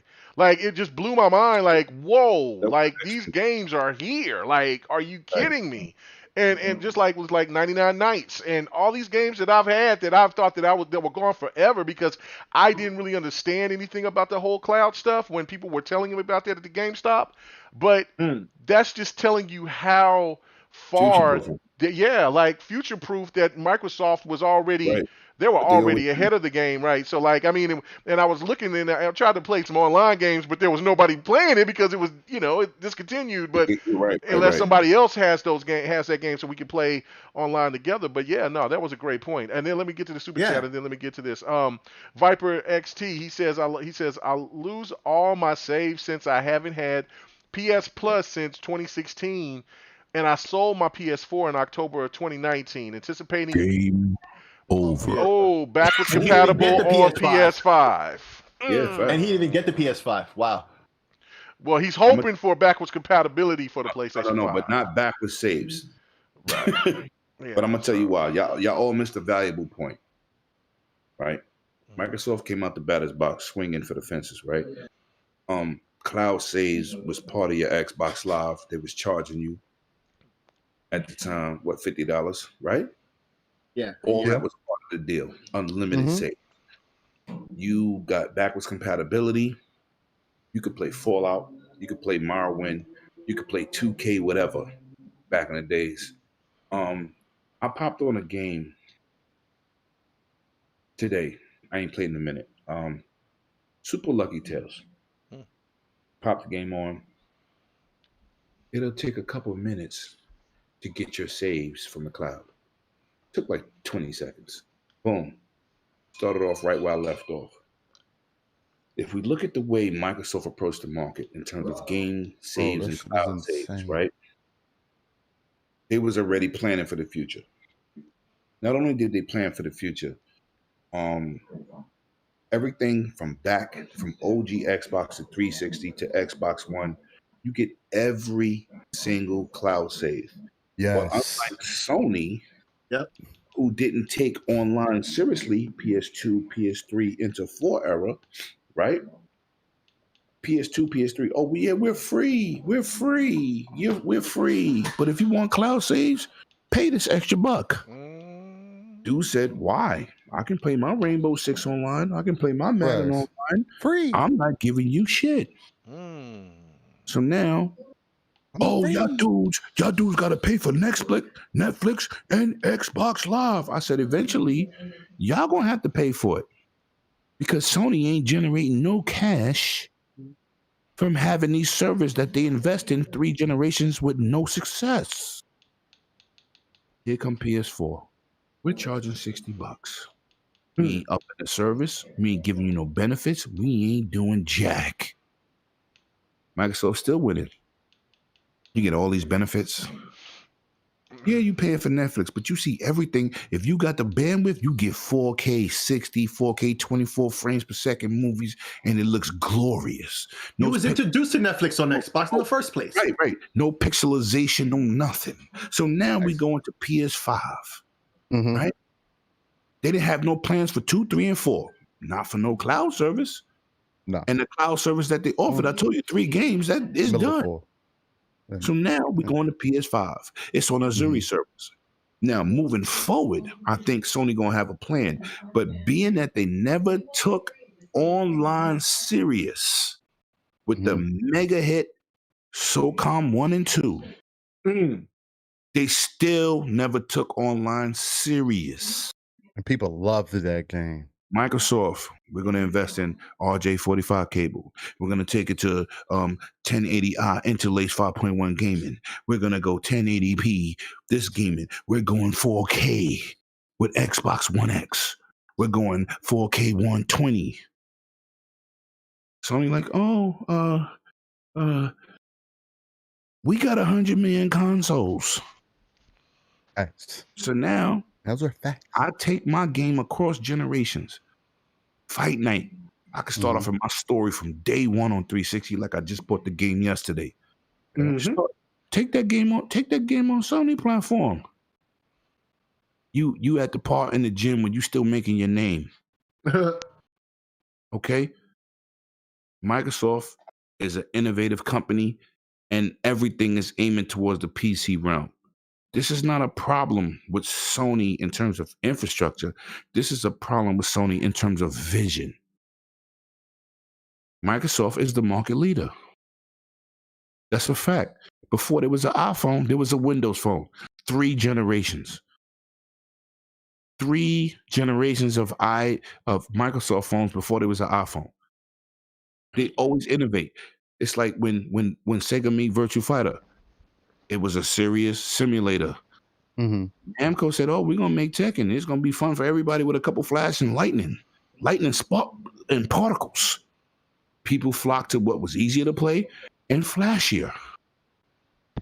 Everybody looks at the beginning and says, we're going to take that and then we're going to add to it. Sony is late. Oh, you could play on PS4. You could play Fortnite. You know, this is where we stand. Microsoft, you could say you could play Fortnite with all the great graphics and great gameplay and chat and crossplay and all this. Blah, blah, blah, blah, blah, blah, blah, blah. Sony said, well, we'll get there one day. PS5. They finally reached the threshold where Microsoft was at with 360. 360. Cross game chat. 16 people in the chat. Cross game saves. Cross game party invites. PlayStation 3. You couldn't talk to that many people. You couldn't be playing GoldenEye, Call of Duty, Pac-Man, and we all be in the chat. No, that don't happen. PS4 said, we're doing cross game chat. You don't have to be in the same game to have a conversation in a private chat. Where did that come from? It's about vision. So having these features for PlayStation, they still a step behind. Did they finally catch up? Yeah, they've taken strides in the right place. They bragged about paywalls, but you had no remedy.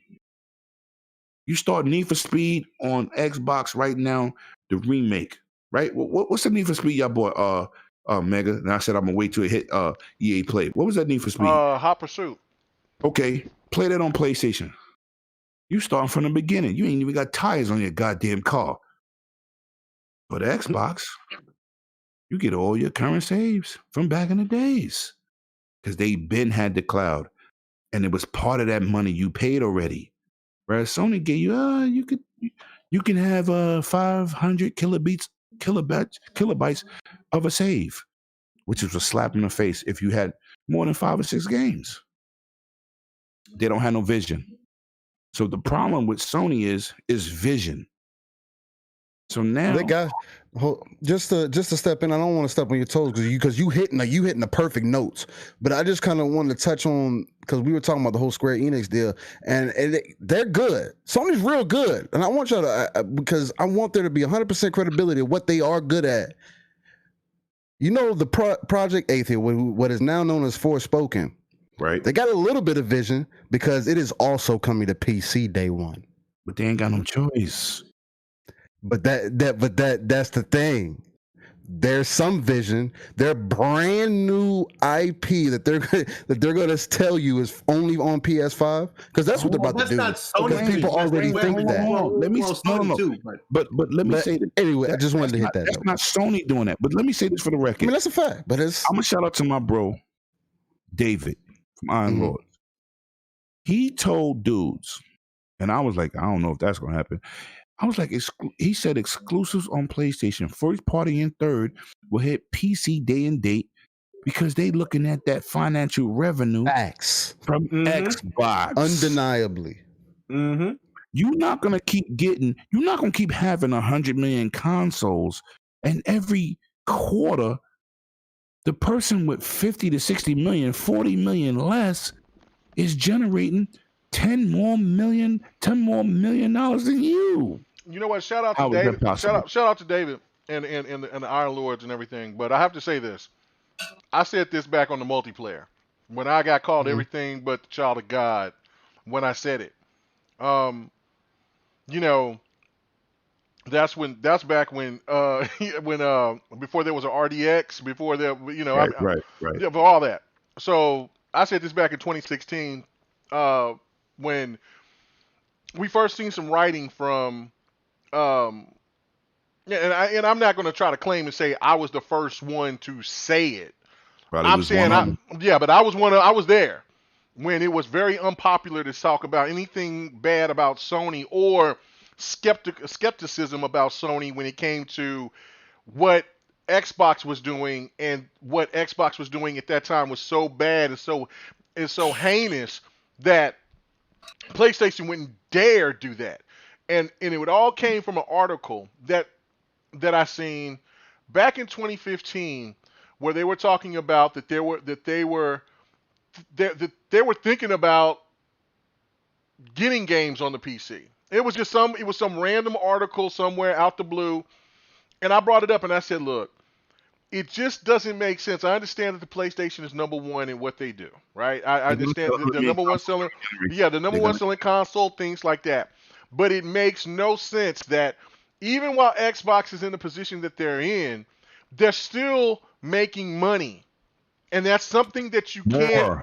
They're still and there's at times they're making more money than Sony, and that's what's so putting Quantum Break on, because this is how far it went back when I made this when I talked about it, and Jazzy Noop and everybody knows when I was on the multiplayer I said this, and I said, look, it just doesn't make sense, and Sony is not going to be dumb enough to let money just sit when they know that there's so many PC gamers out there. Yeah, I understand, but if you do the new math, you know what I'm saying? Listen, 100 million, or at that time it was 80 million or whatever at that time, 80 million sold, and then you have what, 200 to 300 million PC gamers.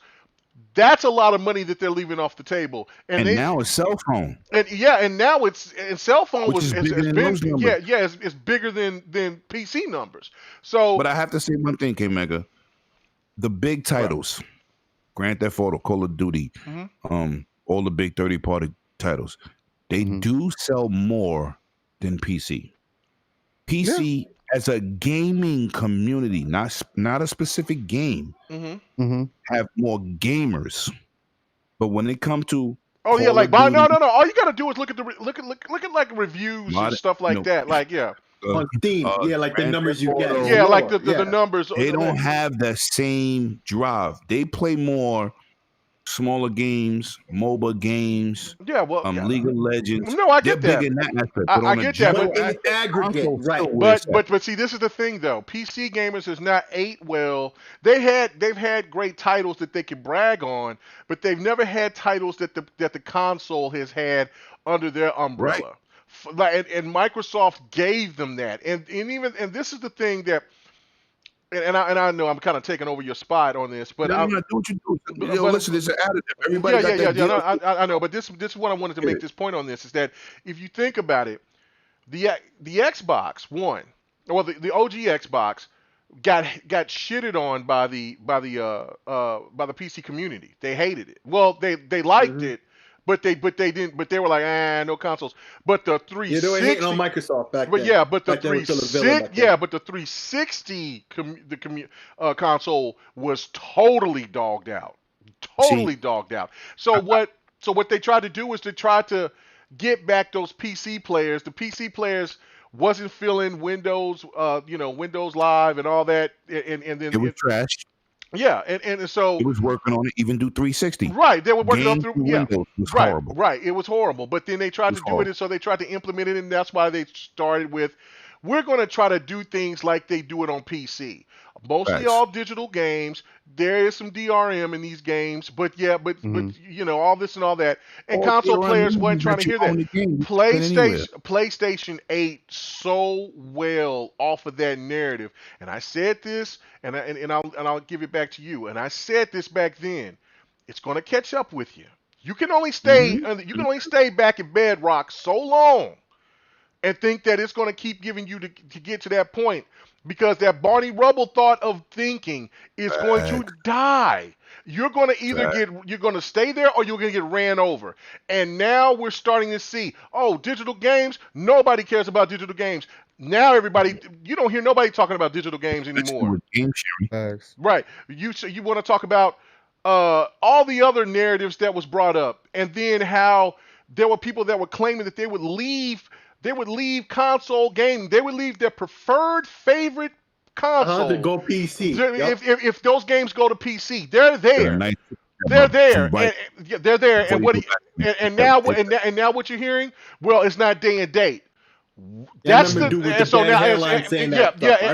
And now we get to the part to where King David said, and give King David a lot of credit on this, because I agree with it, that statement 100%.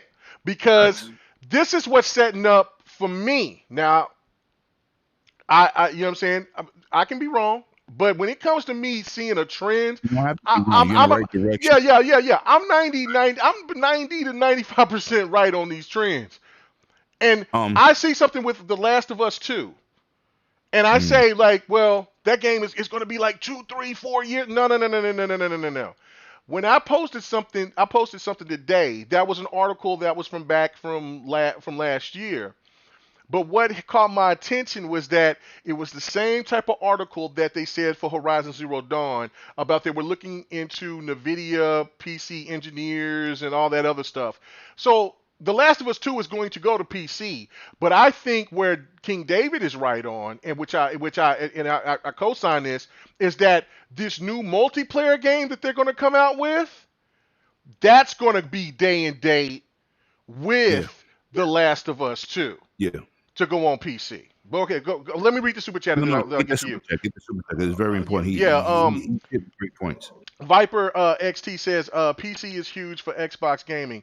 150 million PlayStation 4 consoles and 114 MAU versus 50 million Xbox Ones and 100 million MAU. PC is obviously helping push Xbox. It makes sense. User. Yeah. What did you say? What is it? Monthly active users. Oh, monthly active users. Okay. Let me clean this It up for makes Viper. sense for Sony to pursue this platform as well. No doubt. 100%. Viper, first of all, our argument is not against what you're saying. You're 1,000% correct. Number two, Microsoft was a PC company first. Their problem was learning how to bring PC and console as a one unit. They couldn't figure out doing 360. They figured it out now. They figured out GamePass across both platforms. Now they got EA Play in both platforms. They got it unified. And when you have people out there saying, I'm not supporting Microsoft, but I'm going to buy a PC. First of all, let's talk facts. That's how you support Microsoft by default. But I'm going to say this for the record. If you built a Windows PC and you got Steam, you're still supporting Windows. Anybody thinks anything other is retarded. They are in an ecosystem where they eat regardless. Sony looks at this money and say, oh, we need to drop our content over there. Horizon Zero Dawn has received 7 patches because I have it on PC. I double dipped to get a better looking game. It looks exactly like the PlayStation 4 Pro version. And the PlayStation 4 version had less patches. Sony is looking at, we have this many consoles sold, business-wise. This is the money we generated. And then one quarter, Microsoft say, oh, we made $10 billion in a quarter. They're like, what? In a quarter. Not a fiscal year. A quarter. Sony, as a video game company who leads the market right now, are looking at these numbers for somebody who has half sold. They want to generate that money. Now, how they accept it on PC is something else. Because Horizon Zero Dawn sold nothing on PC. Let's not act like it. People jumped out there, oh, I'm going to get that. It ran like ass. Of course they didn't. It's like under 400,000. Mm-hmm. That's not PC don't accept bad versions. Right. Well, it was broken when it came out. So yeah, it was hellified broken. Worse than Cyberpunk 2077. But they didn't get that same smoke. Nobody believes me. I own that game. I'm telling you. Yeah, it's bad. Yeah. But what I'm saying is, it's not a knock on Sony. It was one of their first times. It's like where are we gonna go with the market? And for everybody out here who game on any platform, this is the competition you want because it's better for the gaming community. They need to stop this cannon fodder. Oh, Microsoft need to go PC. Microsoft is a PC company first. If anything, you should say Microsoft should stick to PC. Don't go to console. That's what you should be saying. Not the other way around. Too late now. Not the other way around though, because I hear this narrative and I hear this negativity and I hear this fanboyism. If you got to build a console, I ain't even gonna talk Xbox Series X or Xbox Series S. Let's talk PlayStation. The 9.2 boosted to 10.3 teraflop system. If you had to buy a PC to do those numbers, it would not be $500.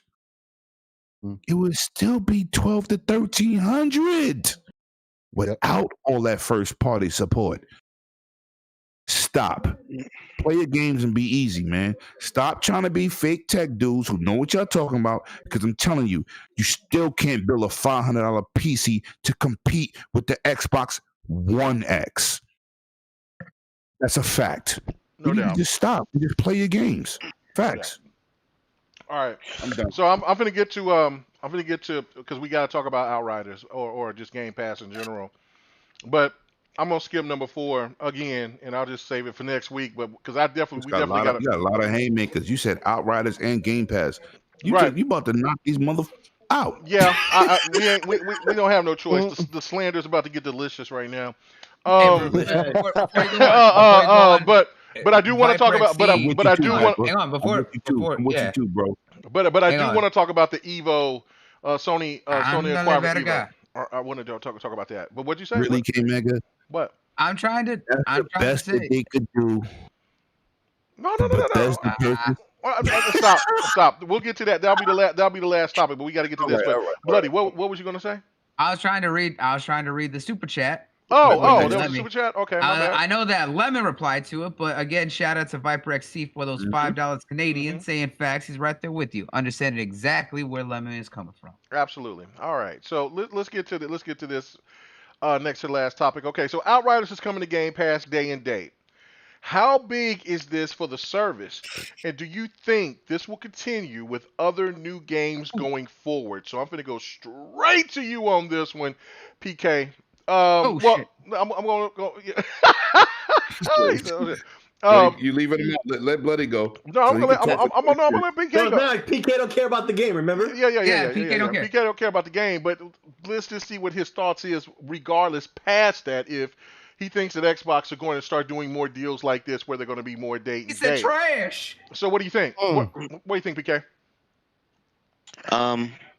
It's.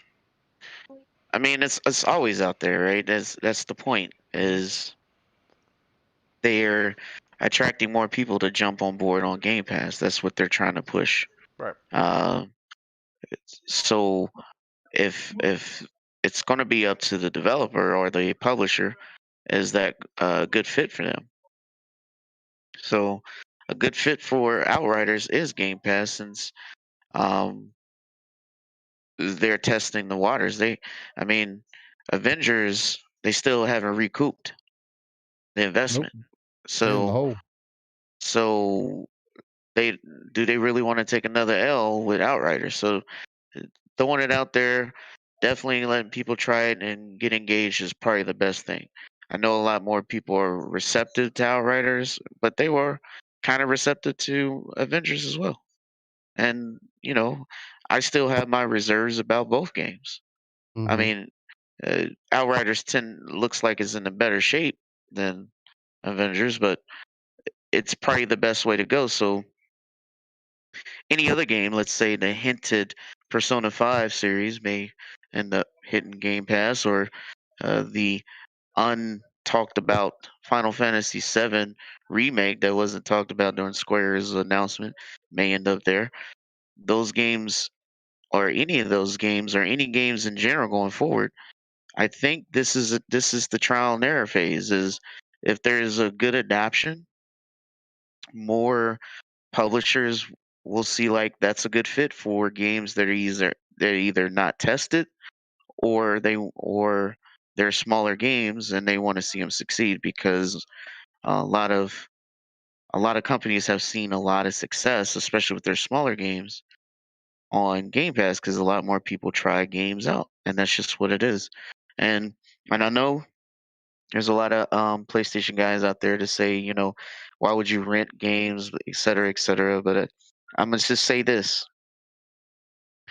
when you can turn on HBO Max and watch the movies day and date as they release, or go on Spotify and listen to an album of some artist that you like day and date. Remember, you're not paying for that, is according to your mentality. But guess what? They are still getting kickbacks. They're still getting paid every time you touch their content. Just because you didn't physically buy it, you're paying for the license to use it. And no matter what streaming service that you may use, because you're going to subscribe to something. That's just the way things work now. Just like digital games, eventually they're going to be digital only, and you won't have a choice. It's just the way it is. You're going to have to understand that the value is there. You have to stop denying it. The value is there, and Sony will have to, they will copy and come and somehow form some sort of platform, or something to counter Game Pass, because they have to. It's too, the value is just getting better every single, and Xbox is just getting ahead of the game. And I know Lemon will kill me, but look, Amazon didn't buy Twitch for the hell of it, and they didn't buy other gaming studios for the hell of it. Just because they might not be um, knocking it out the park does not mean they invested just to throw money away. They are in it for the long haul, so they coming, and we don't know about it. But guess what? Phil sees it, so he knows things we don't know. What time? That's a really good point. I'm surprised about that, man. I mean, Lemon got kind of quiet about that, so obviously I think he might be coming along with you. Stuff in the background. What'd you say? Expected more trash coming from you. All right. Sometimes, I mean, I give you the fact on Google, yes, but I don't know, man. I mean, both of them can't fail. You want to know right now? No, because I gotta go to Slayer Okay. because it's Slayer turn. So when my turn, I want you. I'm gonna tell you in 30 seconds why they won't last. Okay. It's not nothing financial, but I got you. Oh no, it can't be financial. You can't Not say financial. something. You can't say something that ridiculous when they make more money than Never did, Microsoft. Not even with Google. So it wasn't about money. Yeah, well, I know it couldn't be, but it had to be. So I think I know where you're going to go. But regardless, Six Slayer, what do you think about this with the situation with Game Pass? Do you think that there will be more games to be signed on day and date? They've already done 2. One was a smaller title with No, the Streets you're of still Rage. wrong. You're still wrong. What was the other? There's a whole bunch of titles.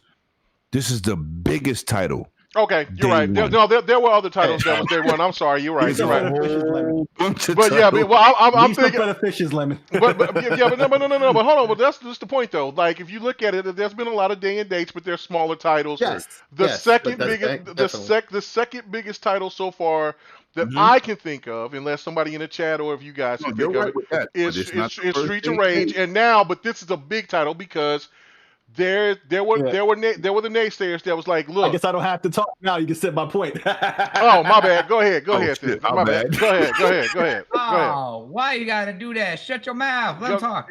Go ahead. Slay. Well, there you go. There's the point. Outriders. Listen, unlike PK, I'm not particularly interested personally in the game, but I don't despise the game like PC. Trash. I'm just saying, I'm not interested, but I don't think it's trash nothing. I tried it. That game tried it. hot. Hey, to be clear, No, no. I didn't say I despise it. I just said it wasn't for me. Oh, well, okay. it's not for me, but it seems cool. How is that game not for you? Listen to me. Explain yourself, Oh, sucker. yeah, that's every a whole time I different say conversation. No. Yo, He gonna have to be quick with it, but I'm Let saying. him have his turn. Yeah. Yo, it's I'm like sorry. I gotta set it up and knock it down. Every time I finish setting it up, like the last syllable done, you interrupt me before right when I'm about to knock it down. I'm about to answer that specific question. Well, answer the Okay? damn question, or I'll mute you. Let's Yo, go. Shut your ass up. Let him talk. Answer it today. Slander. Today. Oh, I played the game. I see it's cool, but I don't see me playing this game or spending $60 on the game. That's what I thought after playing it. It's cool. I'm not gonna spend $60 on it, but I see why other people like it, and this game is gonna, I think, might be something, I can go with right? And not only did it become something, yo, the community went real hype on it, real hype from the morning, huh? It's dope. It's dope though. It don't have to be Yeah. for you, but it is a good game. And Viper XT corrected me again. The medium was day and date as well. So I was, Okay. yeah, Okay. So so the gaming community was real hype about this game, and I'm like, yo, okay, so this is gonna be, a big one for Xbox, even though it's multi-plat. But it seems like Xbox is taking the lead. Maybe they have marketing rights or whatever. I thought all these thoughts. Then all of a sudden, just like you said, it's on Game Pass now. It's coming day and date. So now, unlike Streets of Rage and all these smaller, arcade titles and this and that, this is a big game that people would have spent $60 on. Anticipated, Still baby. Rain did. Didn't you say you spent $60 for the PC version? And right already, he already paid his money. Okay, for this game. Got other him. people, and exactly. I support Hey, it. shout out to the Iron Lords. Who did that for you? I support Game it. Pass. But Microsoft also be listening to us. I think truly, and this is the point I'm gonna make, because you said the other point, and that's fine, is that I think they were listening to the community, because that very morning it was announced and all of that, it was already lit on Twitter. The gaming community was hyped for the game on Facebook, Instagram, everywhere. Like Xbox gamers was really hyping for this game. And I think Microsoft, why? And so Microsoft looked at what people are saying. They were like, "Hey, let's put this on Game Pass." Hold on. Hold on, no. You ain't gonna you ain't gonna interrupt him. No. He said something, KMEGA. Hold on. He said something that's blasphemy. He said, "I think Microsoft be listening to the community." Microsoft is the only company that listens to the community. Facts, but I mean specifically in this situation, like they listened and they were like, "Oh no, I got you. Okay, no, I got you."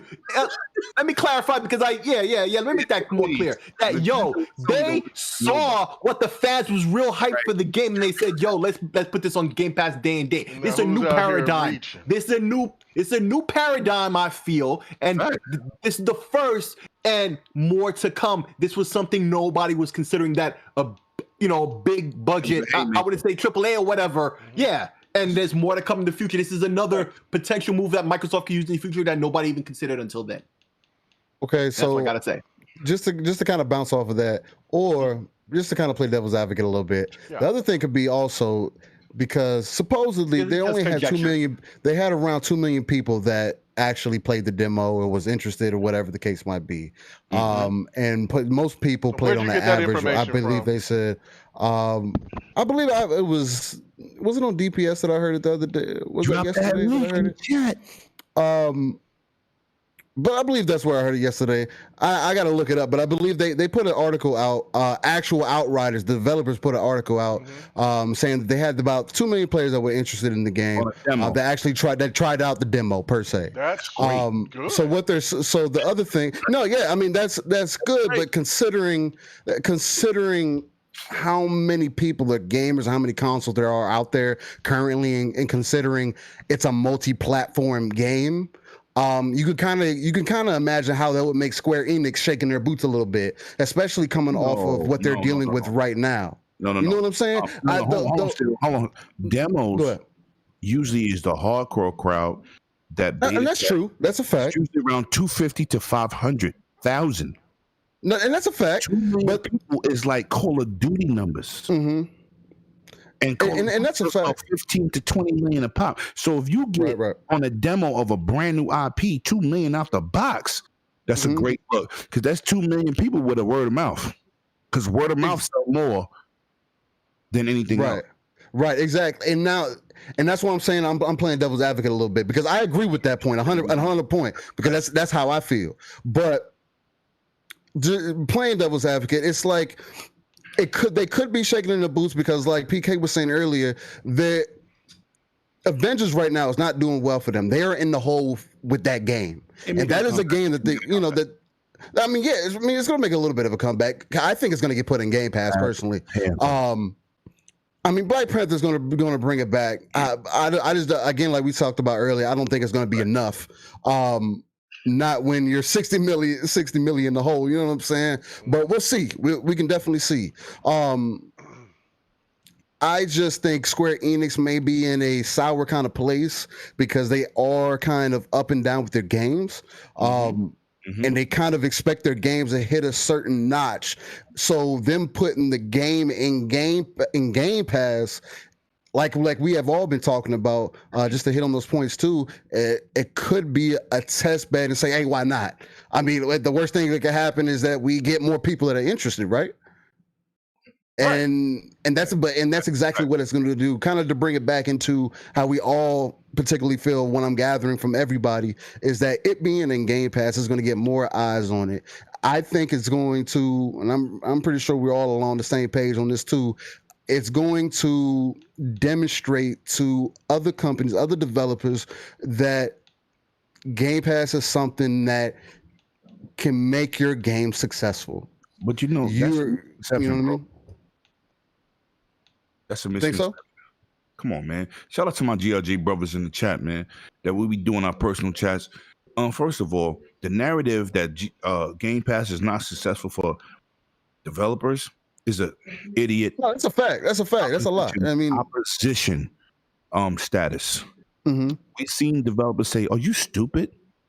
Game Pass has catapulted our games and getting more views, more subscriptions, more purchases, because it's putting more odds on people who's already in Game Pass. It's at 20 million. Bars. Facts. Someone said it. None of these big ass YouTubers. I said it. It's at 20 million already. Facts. Because I do my homework. Now, when you get 20 million eyes on a game, let's talk OutRiders, right? You're saying, why would they not get the $65 to $70 up front? You know why? Because they're gonna put it in Game Pass. Game Pass already got those eyes, and it's not gonna stay there for 5 months. They're gonna give you 30 to 45 days, and then they're gonna take it out. Now you develop your character, you feeling yourself, you play with your friends, and now you don't got it in Game Pass. What's the first thing you do, KMEGA? You go buy that shit. Add a discount. Yeah. Right. You 20% make that off. purchase. Yeah. Yep. This is why it's a win for everybody. Exactly. We seen rebuttals in the GRG chat. You see, sometimes I like to read. Sometimes I don't like to talk because I'm a very outspoken person. But I don't like to talk if I don't know what the hell I'm talking about. So what I do is I see my GRG brothers put something in the chat. I go, damn, let me look this up. Let me do my homework. Oh, damn, this is what Game Pass doing for people? Wow. Every game don't stand there for months. Ace Combat got reintroduced into Game Pass. Yep. Why? Because you don't got all that content. If you ain't got that ultimate and people purchasing and they want to play. So you take it out. They're like, damn, I was on mission 6 and I was on plane number 15 and I had these camos and now it's gone. They put it back in there, but you got to make that purchase for that DLC. Developer win.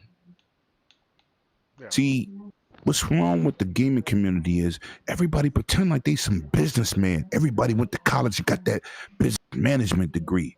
Y'all frauds. Because if y'all all was on point, you wouldn't be in a struggling situation with supporting different consoles. Facts. Look at things from a business perspective. Look at things as a consumer perspective. Business-wise, people, they want to make money. Consumer-wise, we want great deals. Game Pass is a great deal. Why are you mad? Yeah. Oh, I don't have a I don't have an Xbox. Okay, buy Game Pass on your cell phone on your goddamn Samsung TV. You get all the benefits, you get all the discounts, and you good. You ain't got to buy a console. Microsoft don't care what you do. This is the problem of what we face today. People can't think outside the box. It's always a narrative. Well, it's not the problem. I don't think it's so much of the problem of the people today. It's the problem of the people of that's in the communities that has the loud voices. The gaming KMEGA. outside. KMEGA, you almost as old as me.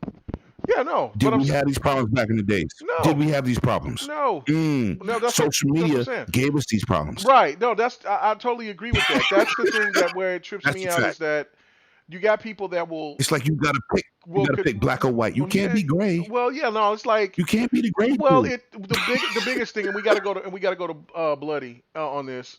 Is that is that you everything can't just be whatever that a company's doing new that it's infringing on somebody else's rights. Like it's like, well, xCloud. Well, I don't want my certain type of games to go away, my hard drive games, and I don't want and I don't want this to go. And I'm like, they're not trying to do that. Or PlayStation's doing this, or Nintendo's doing it. Now look, if it'll happen if people decide to go that route.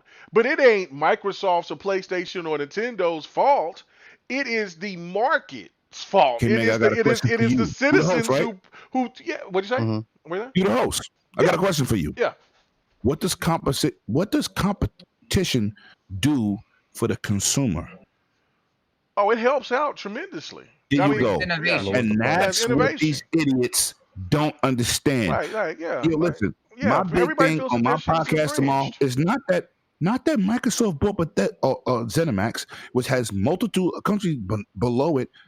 What is Sony going to do to combat that situation, to make it better for the PlayStation consumer? Not the narrative of, yeah, Xbox is bought, but now what? No, my thing is, now that they did that power move, how does that benefit the Sony consumer, and what will Sony do to combat it? Because Evo is not the answer. But anyway, that's what I'm saying. People got to look outside the box. No doubt about that. Okay, just to yeah, go ahead. Real quick, because I know you want to get to sick, but because you asked me what I was getting the info from. Look, the Gamer.com. Look, give out good news. The OutRiders developers have recently shared some in-game statistics for the first 2 weeks of the access to the demo. In addition to the announcement, more than 2 million players have tried the game across all platforms. Devs at People Can Fly pointed out an average playtime for the demo that stood at 4 hours and 20 minutes. Nice. The demo has had 3 hours worth of content. That means on average, the typical person stayed on an hour and 20 minutes longer to put themselves in it. It puts things in perspective. Right, that's what I'm saying. Like, and again, the media is Thegamer.com. the media itself is made. Well, no, I should say the media, but it's more the thing of Mainstream media. well, I just say that there's gamers out there that is made the situation so ridiculous. Yeah. Is where they pushed this narrative that 2 million sold or 2 million played or 3 million played is light. And that to me is that's the fault of people falling for that rope-a-dope. That's like I said, it really doesn't make any sense. 2 million people playing anything. Hell, I would like 2 million subs. Can I get those? If that's looked at as that's trash, then please just give me 2 million subs. I'm fine. But anyway, Bloody, go ahead and make your point on this, man. And say the name of this game again because Doc Otter wanted to know what this game was. Huh? What? Oh, is it my turn? Oh, Yeah. I fell asleep for a second. Sorry. I heard you humming, but that's okay. Blame Lemon for that. Oh, but also for that. You're right. Also, the name of the game is Zanyan 7. Thank you. No, but basically, Lemon interrupted everyone. Basically, that's to the point that I was trying to get to. Is the fact of that look at the number of Game Pass subscribers. It recently was said 20 million, and that was earlier this year. This is probably the second biggest get, and you gotta think that this is a third-party multiplat. You're also talking about it's from one of the biggest publishers. While people have mixed feelings about Square, it goes without a doubt that they do have a lot of big games, and they are a very big publisher.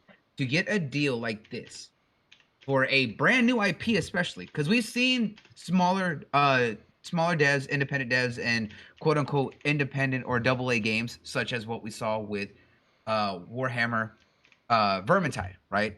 That dropped day and date on Game Pass, both the first and the second one when it launched on PC with Xbox, and then other consoles came later on.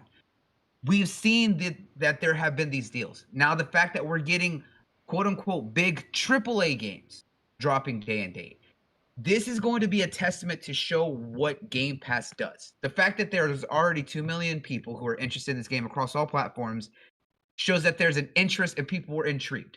We already know the history of what People Can Fly have done in the past. But the biggest thing on why this is a good thing is that if this proves successful, because one, this gives them a massive audience to be able to approach straight out the gate.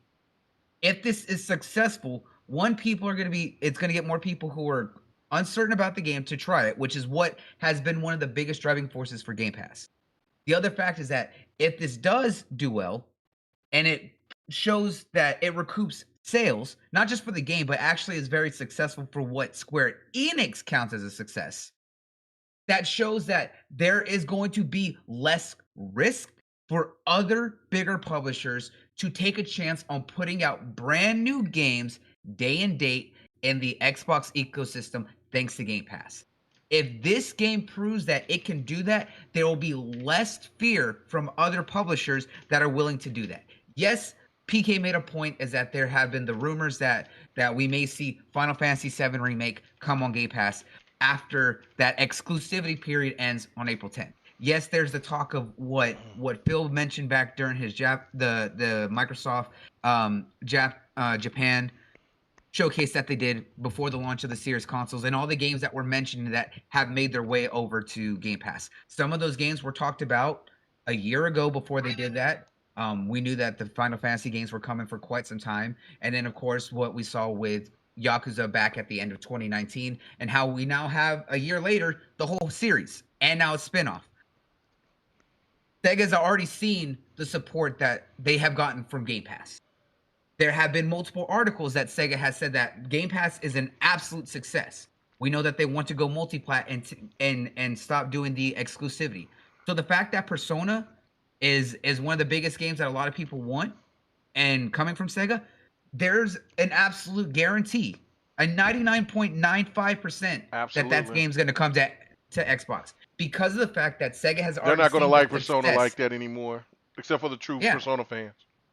But the thing is, the fact is that they've still seen the success of Game Pass. Yakuza, while it is a very, very fun game and it has its diehard community, it has still always been a very small niche game. It only had several million by the time it came to Game Pass. And now the entire series has jumped up its sales to 8 million that they said last year during their investors meeting. Before that, it was at 1.5 million across all sales across a decade. If they can see that kind of growth by taking a chance with Game Pass, there is no doubt that a lot of these other games are coming. So Square Enix taking this chance is absolutely going to prove if a brand new game coming out launches day and date and they show that it can do sales, there will be more publishers that are willing to take that risk because they see that there is a want and driving force for the community to want to play that game in that ecosystem. That's where it comes down to. Oh no, I totally agree. I totally agree. And that's and my last point on that is that I'm 100% in agreement with you, Bloody, is about Persona. It's almost one of the reasons why I think I've held back is because once I seen that, and this is before that they put, see, like people will post articles and I know that the people for the most part read them, but I don't know if they grasp them because this was years ago when Sega was talking about, hey, we're thinking about putting our franchises on PC or just putting them on making them become multi-plat. Right then and there, that just kind of hit my trigger. It was like, yo, I would rather play Persona on my Xbox than I would my PlayStation. Not because I hate PlayStation or anything like that. That's just not it. That's just my comfort zone, my place of where I like to game. And I know that I will give 100% full effort into the game instead of me looking at my PlayStation, which is my secondary, and I'm just not putting in the same type of consistency like I would. And it's just the difference it's the same thing with the PlayStation fan. They would, and that's why people trade in their consoles after so long. Is that like, look, I got an Xbox, it's, but I feel like the games that I can play on Xbox, I can play on PC and I can enjoy them. I can enjoy my PlayStation, which is my primary console. I wouldn't be mad if somebody says that because that's a lot of us in the gaming space. And so, but if people talked normal like that instead of talking out their ass and trying to make it out to where it's all hate, gloom, doom, and everything else, and you have to have this particular console for asshole reasons, then things would be a lot better overall. But listen, there should not be anybody and that's why I never swayed. Even I knew that it might hurt me or not hurt me, but it wouldn't get me to where I wanted to go with my YouTube channel and shit like that. Because when PlayStation was the hottest thing to talk about and that draw more attention, I'm a PlayStation fan. I always will be, but I'm an Xbox gamer. First and foremost, I'm never going to change that until Xbox does something stupid to where I'm like, oh, I got to back off. Facts. Yeah, and that was like, and there should be no Xbox yeah. gamers to feel like to themselves that they should hide themselves from enjoying that platform. Nobody. That's why when I was like, it was crazy. It was crazy. You're 1,000% correct. And you talking about gaming? It's like gaming. It's like what I told people, right? I said, yo, the GameCube was a failure for Nintendo. What do you mean? It was hot. They had all these games. I said it sold 32 million consoles. The Wii U sold 13 million consoles. The Wii sold 100 million consoles and didn't sell nothing third party. Super Nintendo and NES is the greatest era of Nintendo. They had their own versions of flops. They was living off the 3DS, the DSi, and the Game Boys. More than console. Those consoles were selling 80 to 100 million a piece with handhelds. The Switch is successful. It still didn't touch those numbers. This is not talking from a person who don't love Nintendo because I buy everything first party. I know you keep dwelling on that, but I mean, you better start recognizing what the Switch is doing, bro. No. Listen to me. Listen to me. After a console that's came in, I know you keep trying to come with that little slander, but I mean, you better be checking out what the Switch is doing, brother. What I'm telling you is not my opinion. I own a Switch. I've been had a Switch, day one purchaser. But you act like the Switch came out at the same time when the PlayStation 5, PlayStation 4, and the Xbox One came out. The Switch is a Japanese dominated system in Japan.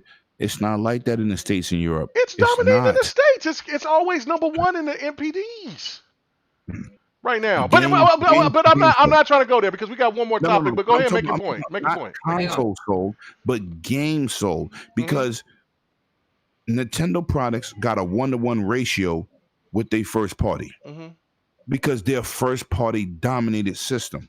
Right. Yeah, no. You understand? Yeah.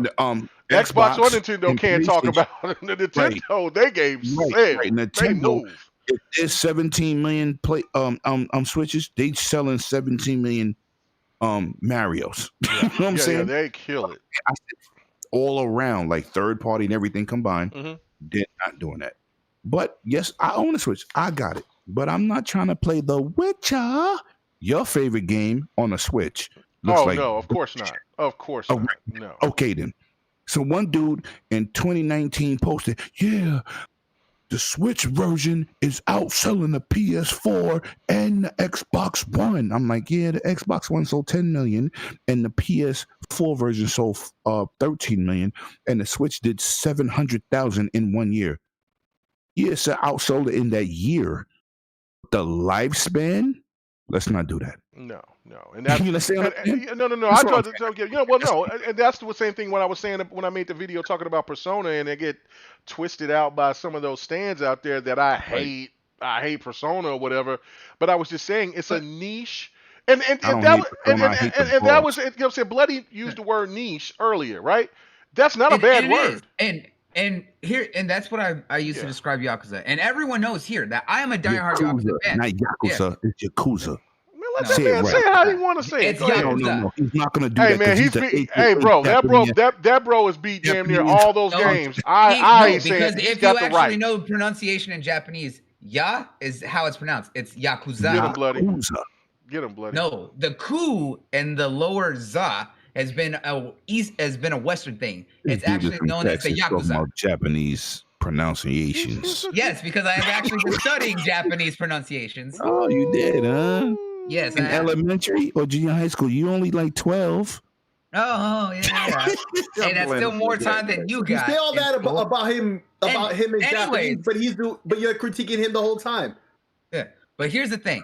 That game, as much as I love it, everyone knows that I bought that entire series twice on PlayStation and on Xbox. Yeah. The fact is, I still know the fact that series has always been very niche. It was not a massive seller. I'm a Yakuza fan, son. And Lemon can mention that. But that's why I said that before it came to Xbox, it was literally only at 1.5 million sales across all platforms for a decade. Now they said hardcore. And now that they've boosted it through Game Pass and other platforms, it is now up to 8 million across its entire lifespan. That shows. Are you saying Game Pass is helping developers? Not just Game Pass, more platforms. Because Sega said the same thing about Persona 4 Golden when it went to Steam, because it was the best-selling game on Steam for a month. And it boosted sales by several million. And you know what they said right after that? Hey, we're going to bring more games to more platforms because we see this could be successful. We don't want to keep things locked to one platform anymore. Bloody. Let me ask you a question. Months ago. Yeah. Let me ask you a question, Bloody. And I know, I beat all the Yakuza except Like a Dragon. I'm working on that now. But let me see this for the record. Mm-hmm. If you're a third-party developer and you put your game on one platform, how does that benefit you when you're trying to get every demographic of gamer? You can't do that with one platform. Everybody wins when everybody get a chance. You get what I'm saying? Well, it just goes with relationships, also money. that's involved in and just a lot of and I mean, the relationships I think is the biggest factor. But and that is a big fact, and that's why when you look at relationships now with companies, especially let's bring Sega, because Sega has been a big stable in the you got a great relationship with Microsoft. That's why you got the Microsoft is purchasing. But Atlas may not have. That's the no. Sega owns Atlas. Atlas is a subsidiary of yes, right. Exactly. Sega bought them. So Atlas has always had that. They're both in bed. Yeah, but the thing is, Atlas has always had that hesitation that they'd want to make for one platform at the time. We saw that they made multi-platform games, like look at the original Catherine. But the thing is, now you see that Sega themselves as a company has seen the success and more growth of money, especially when you look that they ported Persona 4 Gold into PC. They're seeing that with now the availability, the technology, and the tools for developers and the ease of development, that you're gonna see that whole attitude is going to change. That's what's going to be. Right. If I was a third-party developer, if you cut me a deal for a couple months or Call of Duty with Activision for content, I'll do a 30-day deal. Get a couple extra $1 million. But just completely take it off another platform as a third-party developer is stupid. But see, but you don't know the red tape or the relationship behind it. Like, this is the thing, and we got to get to the last topic so we can get out of here. But this is this is the point that I don't think everybody is looking at. Need to put that on camera so I can get some views. Persona, or the spinoff that was the original. Well, Persona is the spinoff to the originator. Shin Megami Tensei. Right. Those were PlayStation games, right? And so then when you look at Square Enix and Final Fantasy VII, and then they Final Fantasy Tactics and all the Final Fantasies going forth, those were they were on PlayStation. And then you look at like games like Tekken and there's so many other titles, the stuff with Capcom and all that stuff. The relationship and all of that backing, because they're all Chinese companies. I mean, not Chinese, Japanese companies, and they're all working in unison together.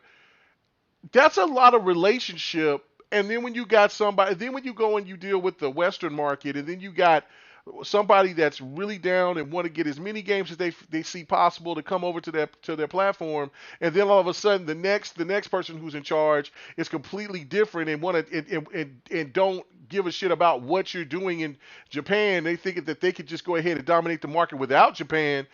That's going to cause a rift. That's going to cause problems, and that's why we have the games. That's why we have some people like Nune Kuni.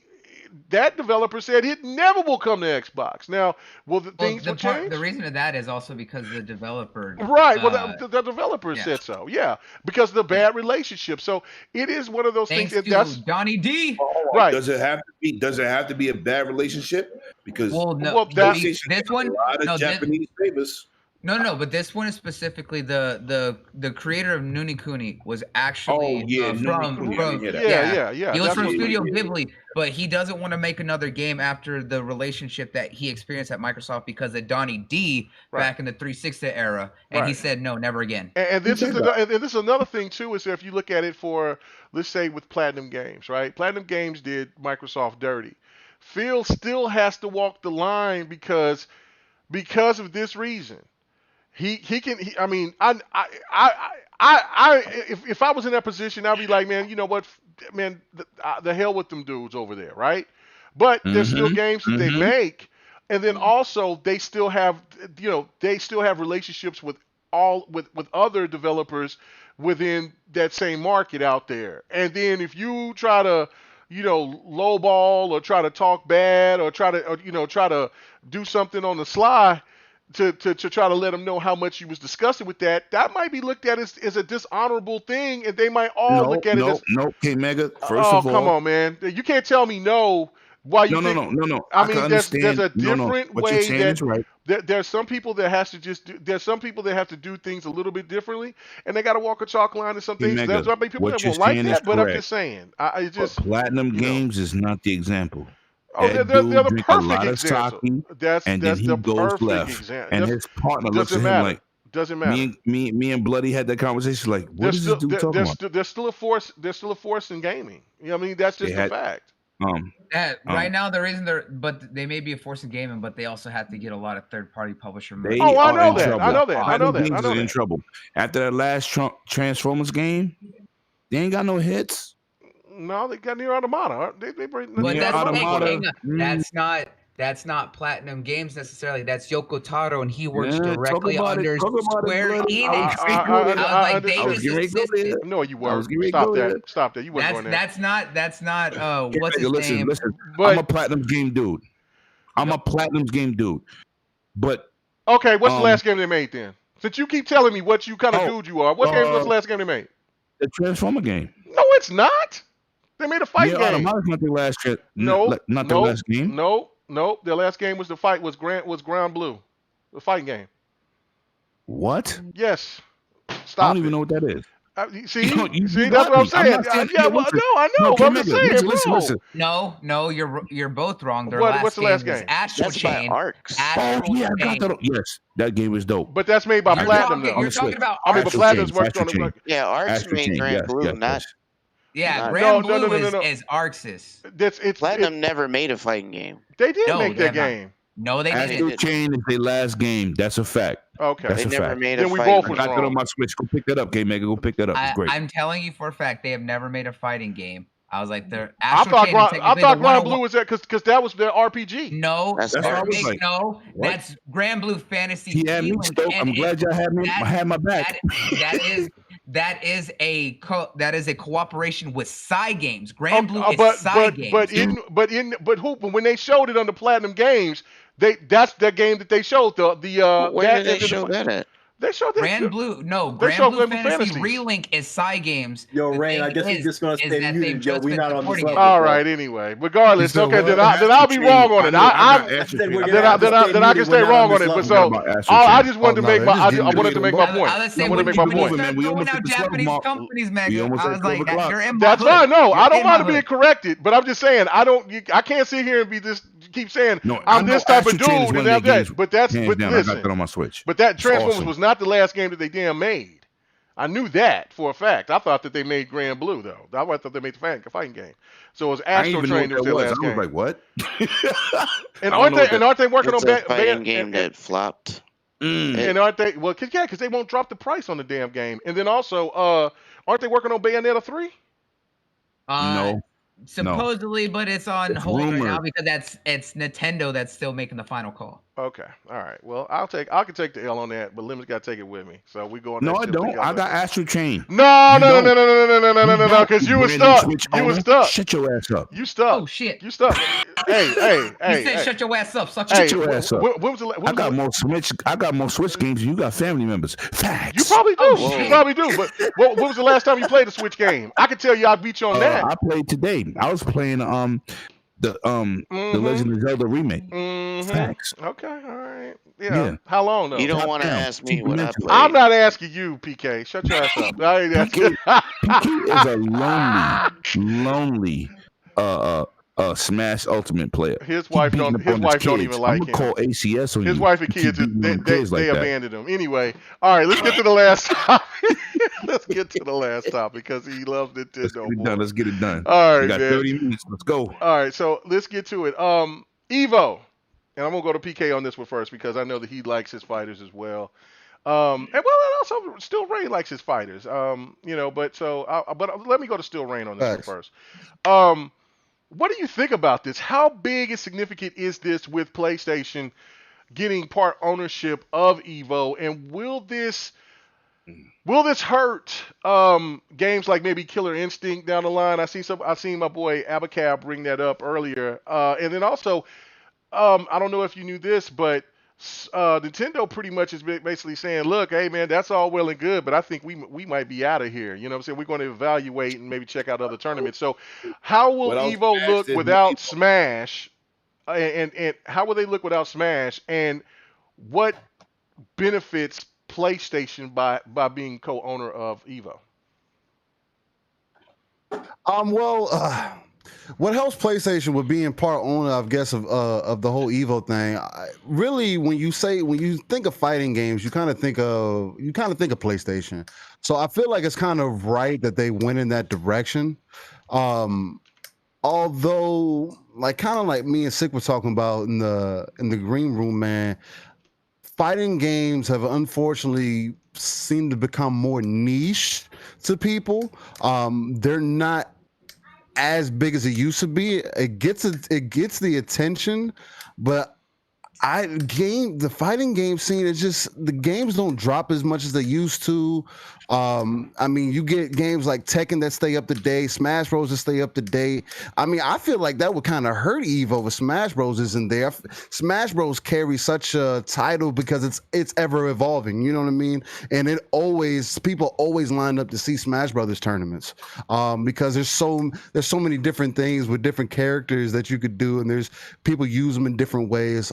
So that's always been a big thing. So I don't know particularly how that's going to affect Evo.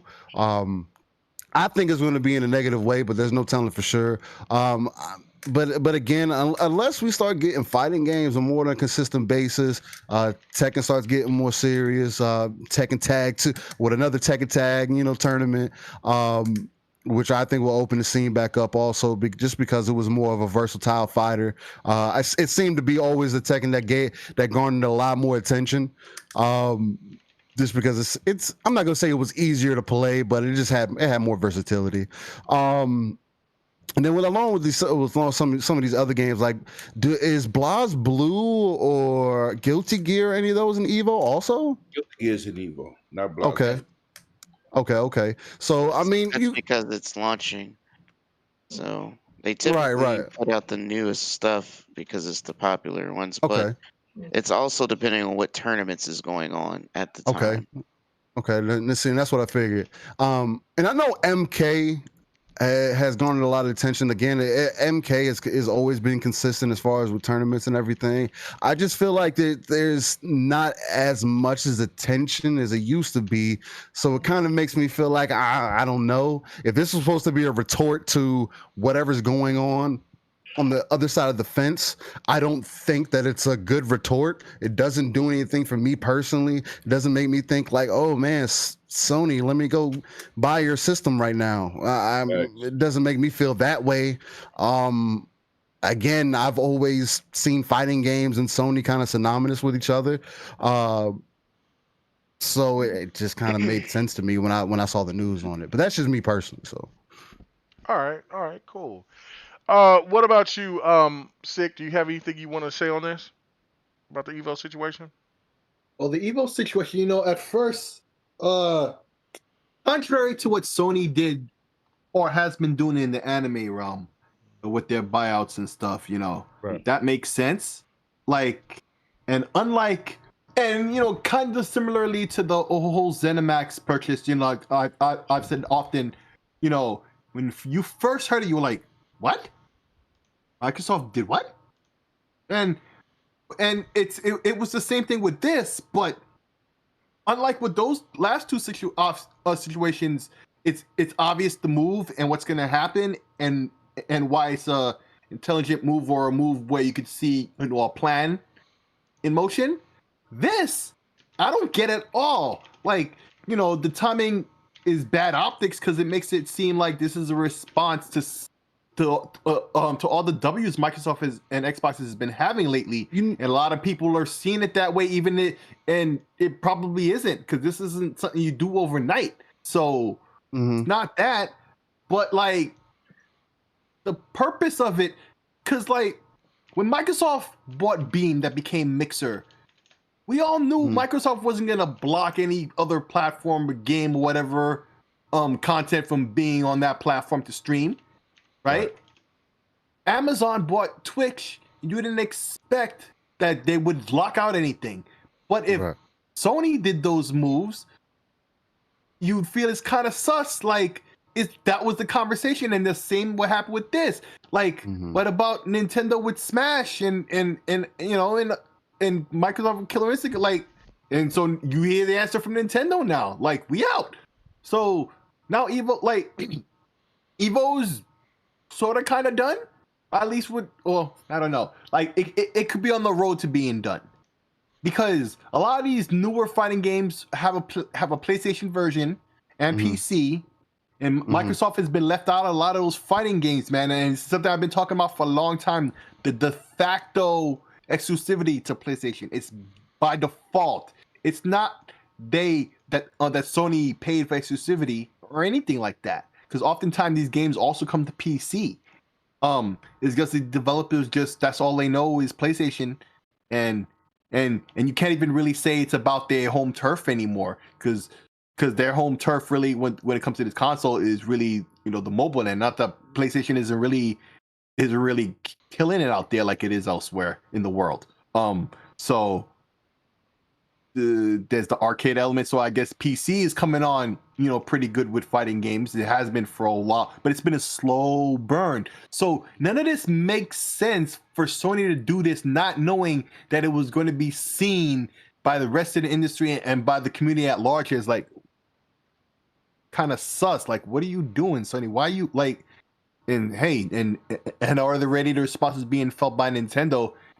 There could be more to come. I'm kind of 60-40 on that in terms of it not happening. I don't think anything else is going to leave. I think Sony thinks they might be in a good position where they control enough fighting games on their platform that they'll be all right. And it just helps to hurt the competition because they're not on the big name fighting game tournament. Even if you don't actively watch fighting game tournaments, if you're a hardcore gamer, you're probably going to watch at least the grand finals at EVO, or at least know about what happened and seen the clips at the end. Like EVO's, it's synonymous with fighting game tournaments, and so this is a big thing. I feel potentially bad for gaming, the gaming community as a whole, and sus in general. And I really don't see why Sony even bothered. Like, they had to see this, but maybe they feel they control enough. So that's what I think. Nice. I do need to give you an update because I knew that I wasn't losing my damn mind when I said about Grand Blue Fantasy. I was wrong about the fighting game because I thought that since Grand Blue Fantasy was being it was shown last year and the year before. And they were showing them under Platinum Games because Platinum Games is also working on another game. I can't think of the name of that game because they were showing that on the PlayStation event. But the developers are Cygames and Platinum Games. So I was like, yo, what's it? No, ain't no that, nothing. I'm looking right here on it. Go to it, type it in, Grand Blue Fantasy Relink, scheduled to release in 2022. I literally just mentioned that. No, you didn't. No, You just said Cygames. Yeah, you brought up the composer. I literally said that Cygames is the main developer and that they were literally being a supporting studio. It doesn't matter. It says developers. But they're not the main developer. Games. Oh my God. Okay. That's literally just like saying, people, hey guys, just look it up. What? Look it up. It shows both. It doesn't really matter if I've seen it under Platinum Games as it's shown as a Platinum game because I guess Cygames doesn't get enough credit. I don't know why. They make good games too. But they didn't show. They may have shown like maybe a small thing of Cygames, but they showed it with big bold ass letters. Damn Platinum Games. Because I was like, oh, this game looks crazy, and then when I say, oh, this shit ain't coming to Xbox, it's gonna come to PC. I might have to look and see it's coming to PlayStation and PC. So I knew it. I knew what I was talking about. So come on, man, stop it. Stop the slander. I got you. Anyway, let me, Bloody. What is your thoughts about this situation? What's going on with the games at Evo? I mean, the timing of it is literally the worst possible look for optics wise, as they were mentioning, for how it looks with everything that's been happening recently, especially with how Microsoft really has dominated the news with everything that kind of happened with Bethesda and everything else that they've been working on. This isn't going to be a massive change. They're not changing what's going to be on at Evo. They're not going to be doing anything different or changing how Evo is run. Pretty much anyone who watches fighting games has always stated and known that you think about it is that PlayStation has always been home. Their controller, honestly, the DualShock has always been a better controller for fighting games. I was like, don't get me wrong, I love the Xbox controller, but DualShock has always been better for fighting games. Just the way that the directional D-pad.